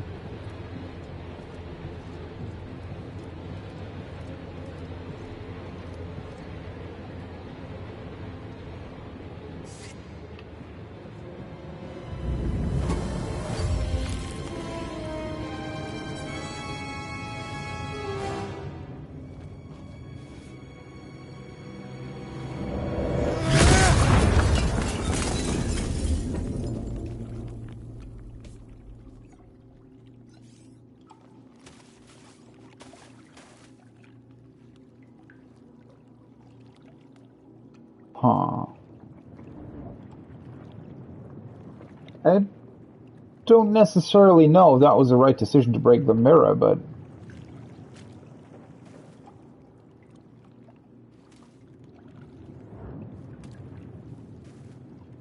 Are we holding... Is it showing us a potential future that we have to try to avoid, or... Because the problem is that so far, I don't think that the game has thoroughly established that Cal could turn to the dark side. I don't think he would have that in himself. I don't know. But that was an awkward camera change, but... Had a bad feeling I'd see you here. Oh? How uncharacteristically prescient of you. Here I thought your greatest virtue was your dogged persistence as you stumbled from one debacle to the next. Guess you made a mistake not killing me on Brock then. A scant mercy. I wagered one meaningless Padawan against a prize that will win me the Emperor's favor. You think I'm gonna let you walk away with the holocron? Of course not. We both have our pride.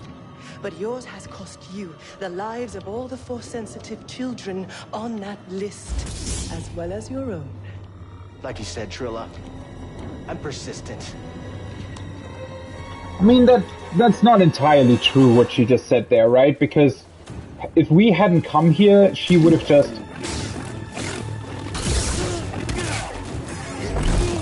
Nope.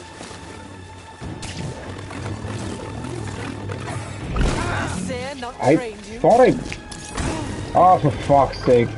Little help, BD. You won't be standing What? still. That was nothing.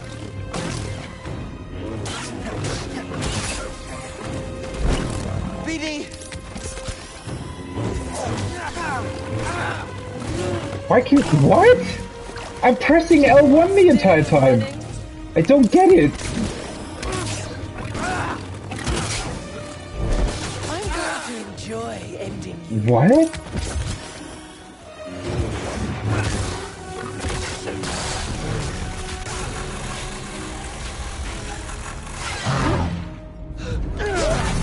That was really clever. Holy shit.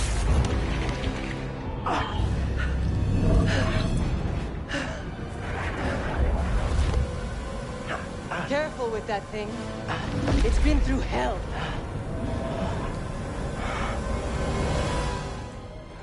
What? Don't go. We need to stick together. No.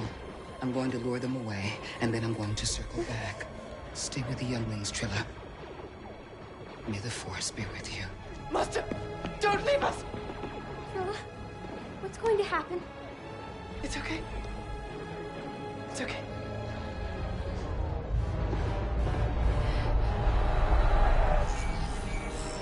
So the lightsaber contains her memories or something?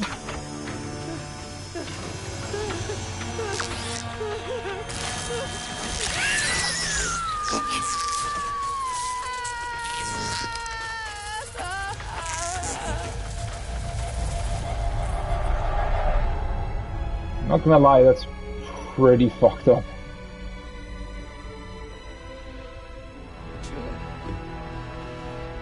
So this is the scene she was talking about, right?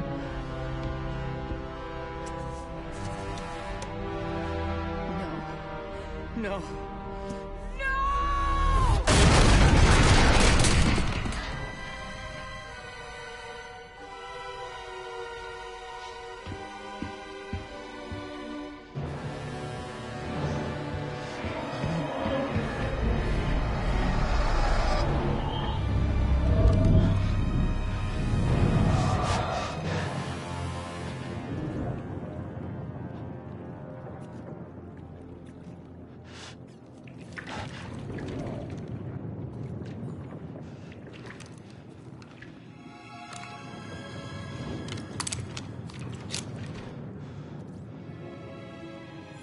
And we're just gonna keep it. An Inquisitor is born. When the second sister encounters Cal inside the vault in Bogano, an unlucky maneuver places her saber in his hands, where he witnesses a Force echo of her tragic past. Oh, right, because he has the Force echo ability. I was sort of, I didn't understand why he was suddenly, like, was it the lightsaber that was doing it, but it's just Cal's power, basically. Cal learns Trilla's history as Seer's Padawan, including the disturbing details of her capture and transformation into the second sister. The revelation leaves Cal momentarily paralyzed, allowing her to steal the holocron. One thing, I don't know, I do appreciate them doing these scenes like this, but at the same time, it doesn't really show... I mean, we know at this point that basically Seer giving away Trilla's location is what turns her into a Sith, right? Because she doesn't forgive Seer for doing that. The problem is, I feel like the scene would have worked better if they had shown that specifically, instead of showing us what we had already heard about from Seer, right? Okay, so she took the holocron? And we took her lightsaber? Is that what's happening?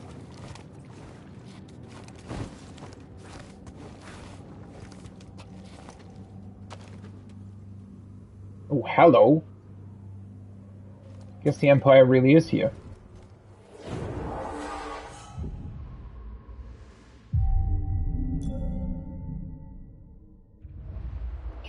Like, we're not fighting with that lightsaber though, right?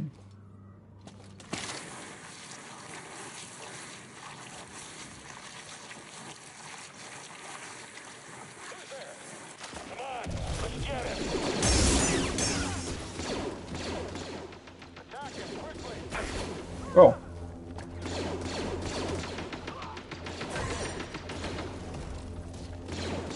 This is kind of a weird setup. Is this guy meant to be here? Like the creature?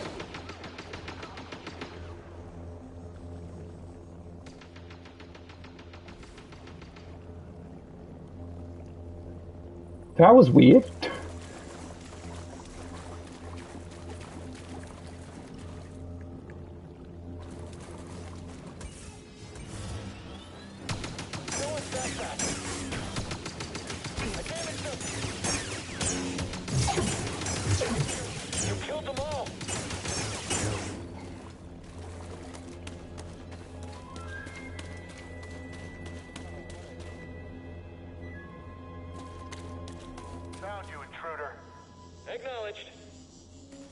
This is sort of strange. I don't know.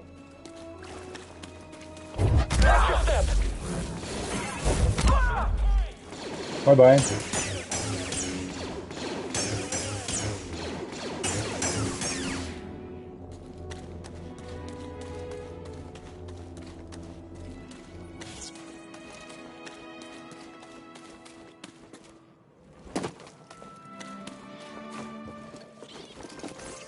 Also, the music choice is definitely strange for this. I don't know.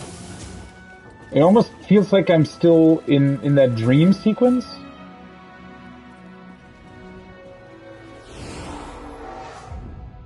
Right? I mean, something about this music choice feels... I mean, I like the music.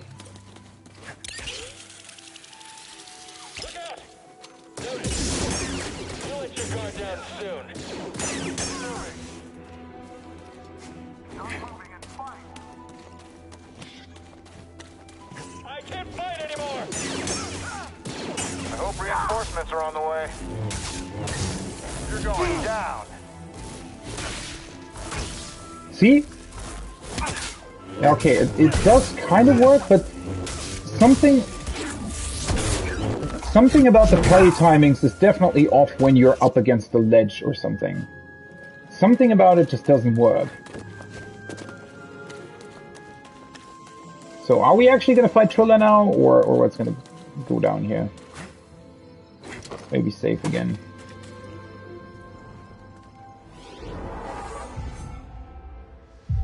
Either we're gonna fight her or we're gonna follow her, right? I mean, we have to get the holocron back, obviously, but...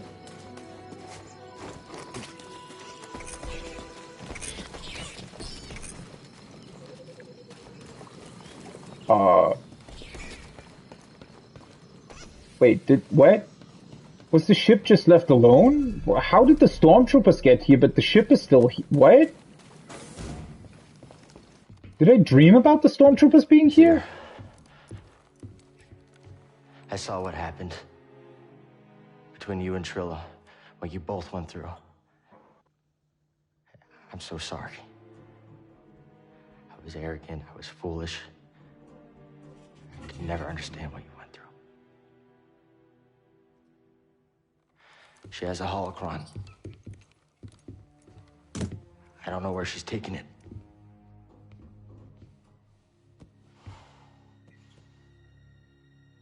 I'm responsible for the path that Trilla is on.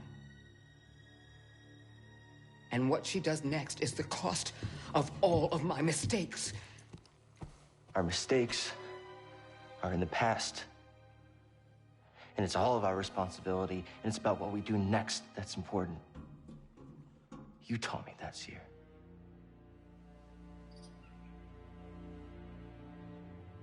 You're right. I know where she's taking it. There's a fortress where they take Jedi, where the Inquisitors come from. It's a place of torture. It's the place I escaped. I just never thought I'd be going back there. You won't be going alone. You'll have a friend with you.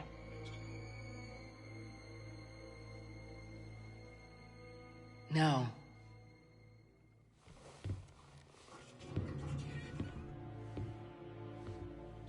I'll have a Jedi with me.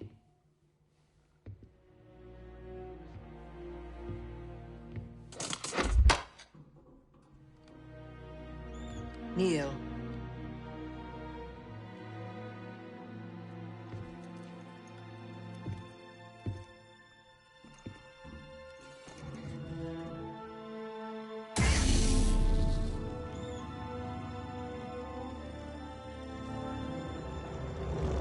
By the right of the Council, by the will of the Force, Cal Kestis. Rise, Jedi Knight.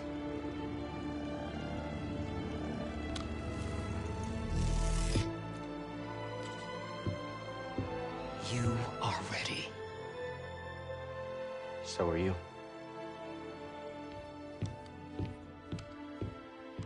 Seer. I saw what happened. What? Between you and Trilla, when you both went. Fortress Inquisitorius destination unlocked. Okay. That was weird. So it just played the audio again. Okay. Man, this game. How does that happen? I've never seen a game that does that. Right, where suddenly the audio is playing again after a cutscene like that. How? Also, how the fuck did the stormtroopers get here? So Trilla came here, she took the holocron, she flew away, and the stormtroopers were just left here, but our ship was also completely unscathed. Like, what? The whole time, the game is basically pretending that the ship just doesn't exist for your enemies, right? That is such a weird setup. Ugh. There is so much jankiness to this. Why? This could have been so cool. Also, the fight with Trilla was just kind of weird. I don't know.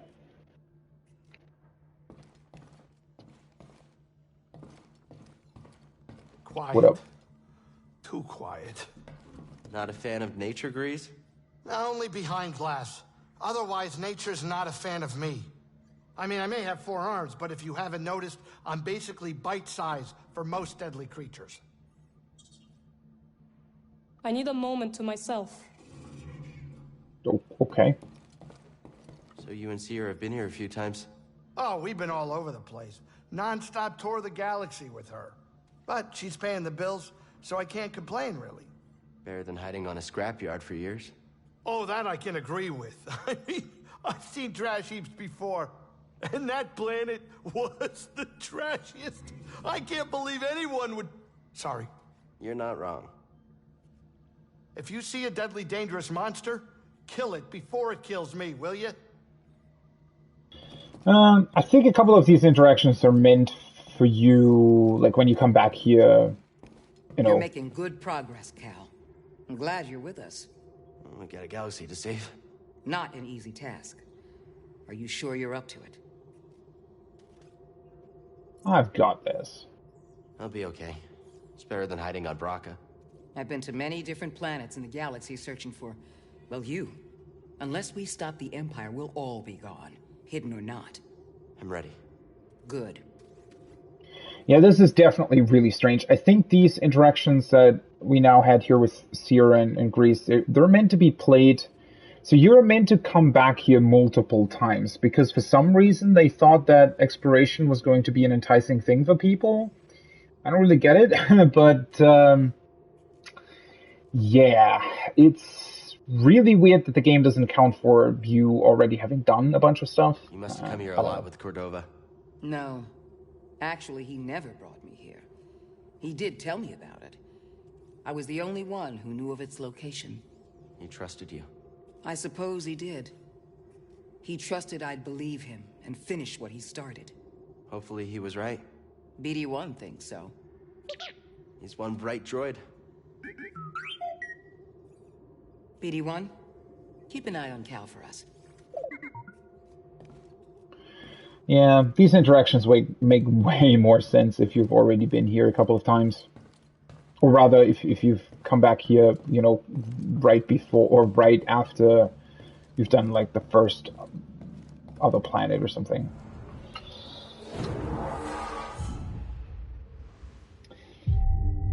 To be honest, though, and, you know, this comes back to another thing that I was saying earlier. Well, okay, so all of the sort of exploration that you can do within the game is, not only is it pretty pointless, but not having a character like Marin with you to interact with while you're doing it makes them even worse, right?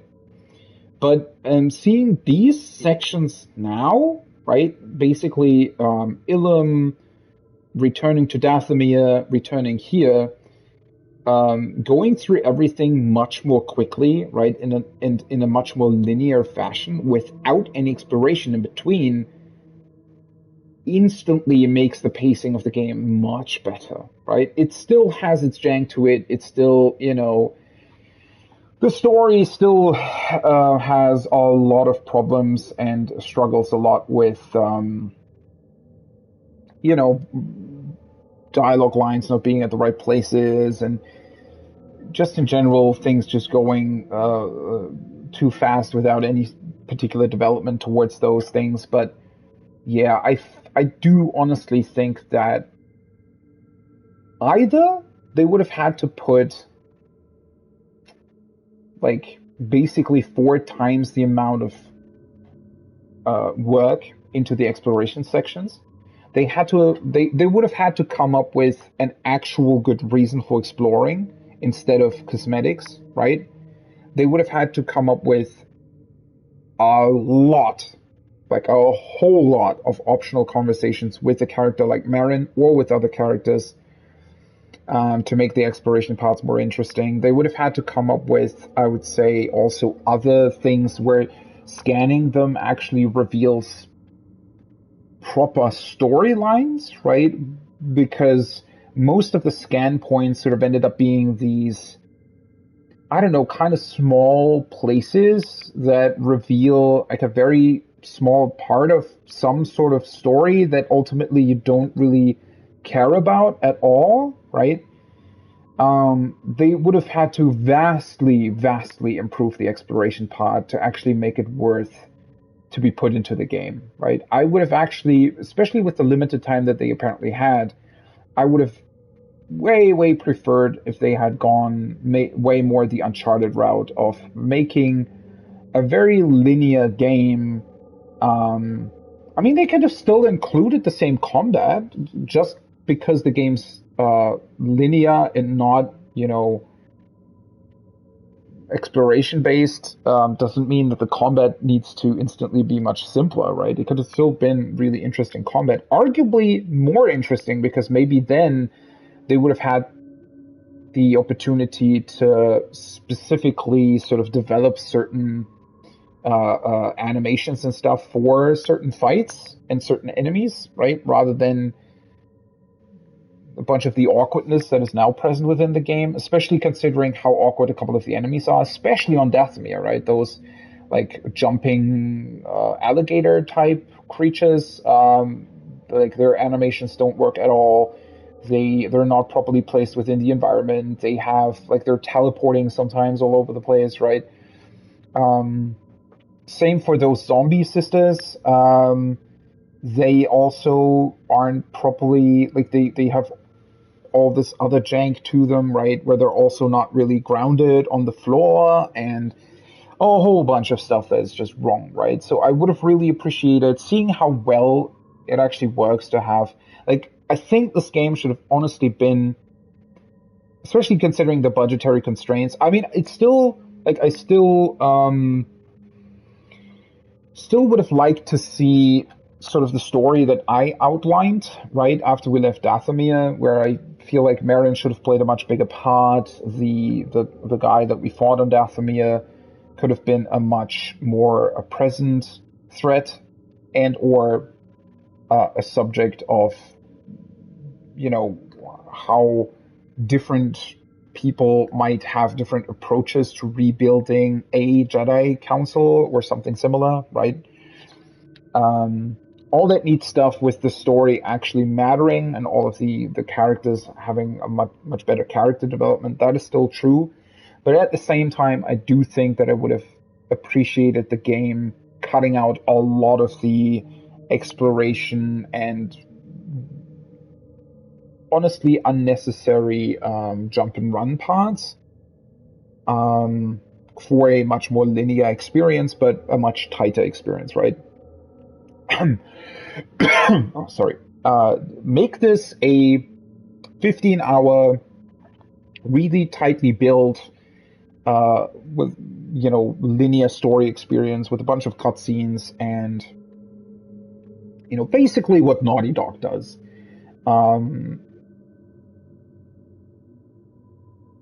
But with the same idea of how the combat works. And I think also it would have been much better to have the combat be much more intricate from the get-go. So instead of having the skill tree, I feel like that's really, like, even though the game contains exploration, in a way it's still a very linear game, right? I mean, the story is still linear. It's not an open world game where you can decide to, oh, I'm going to follow this storyline or I'm going to follow this optional quest line. It's not a thing, right? It's still one linear story. It's just that it gives you the possibility to also further explore the places you visit while going through the linear story.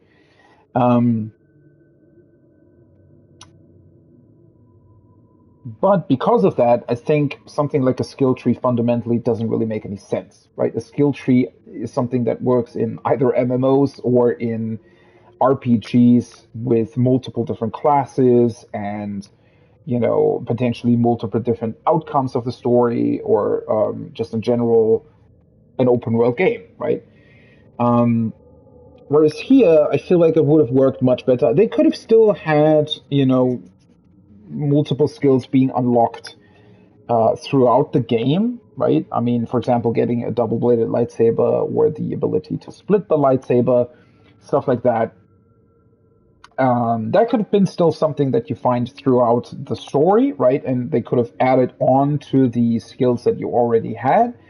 But I feel like it would have worked much better to not have a skill tree and just have a bunch more base skills available right from the get-go, especially with the force powers. That also would have made exploration, I think, more interesting if there were more puzzles where you had to utilize force powers. I feel like they kind of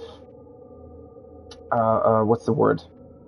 They in a very awkward way, they kind of the developers made that weird on themselves, because I feel like they had to hold back a lot with what kind of puzzles they could design, because a lot of the force powers aren't even available to you for vast parts of the game, right? I mean, arguably, a lot of the planets, the first time you visit them, you don't have pull, push, well, mostly those two, right? But yeah, that's also very strange.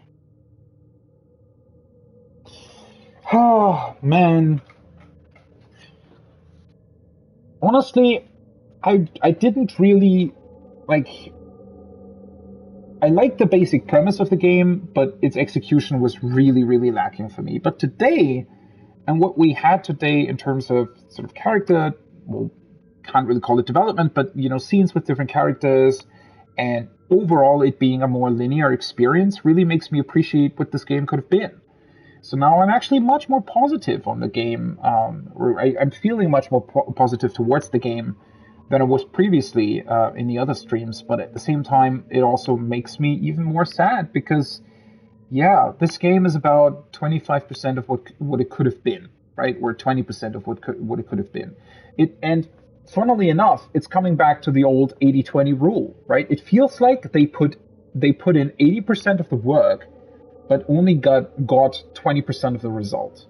And had they been able to put in 20% more work, it could have resulted in 80% more game, right? Or 80% more or better in an 80% better game, right? That's how you say that. Yeah, it's just it's oh, for fuck's sake, that's why this could have been so much better.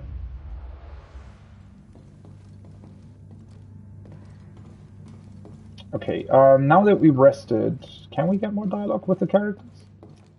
You typically can, right? I guess not. Also, can you stop standing here so awkwardly, both of you? Like, sit down or something. I don't know. Oh, hello. That looks like a fun location. Okay.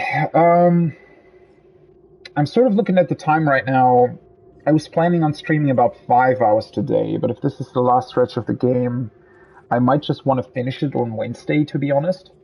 I don't think there's going to be anything after this, so I honestly think that it makes sense to just finish it on Wednesday, and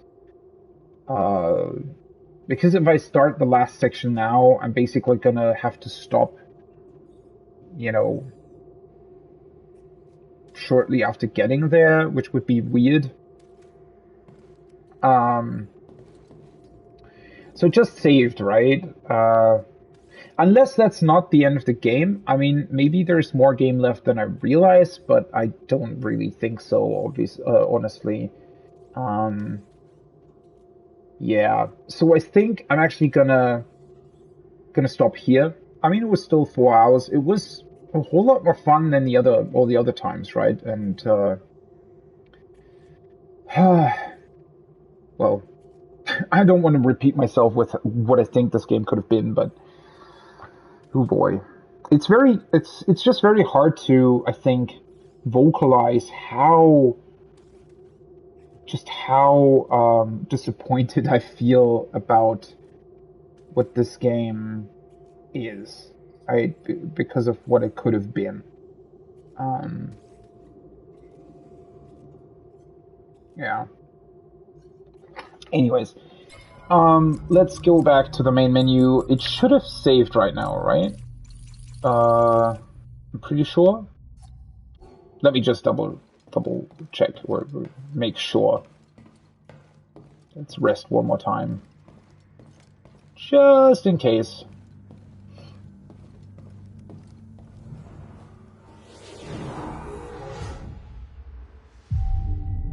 Yeah. Okay. And now I can go back to the main menu.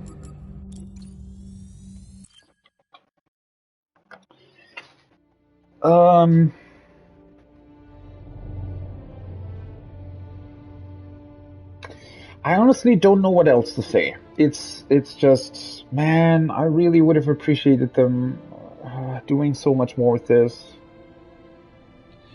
It's just so sad to see when all the basic stuff is already there, right? I mean, I'm not saying that it would have been easy to make this game a whole lot better, right? But definitely a lot easier than starting with nothing, right?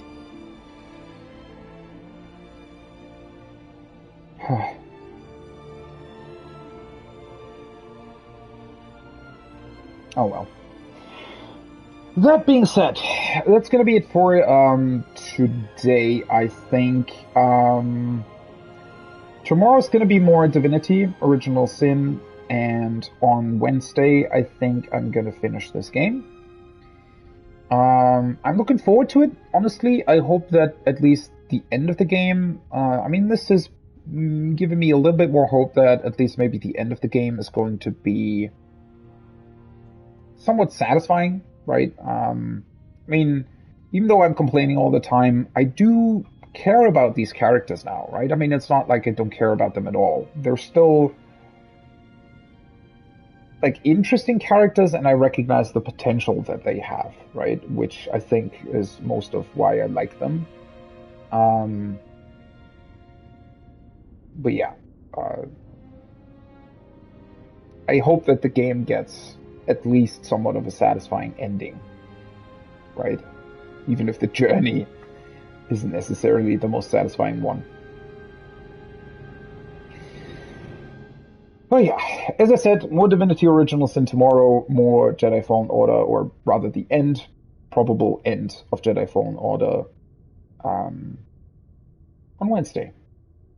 I hope you have a great rest of your day, evening, morning, wherever you are, and hopefully I'll see you on the next one. Until then, bye-bye.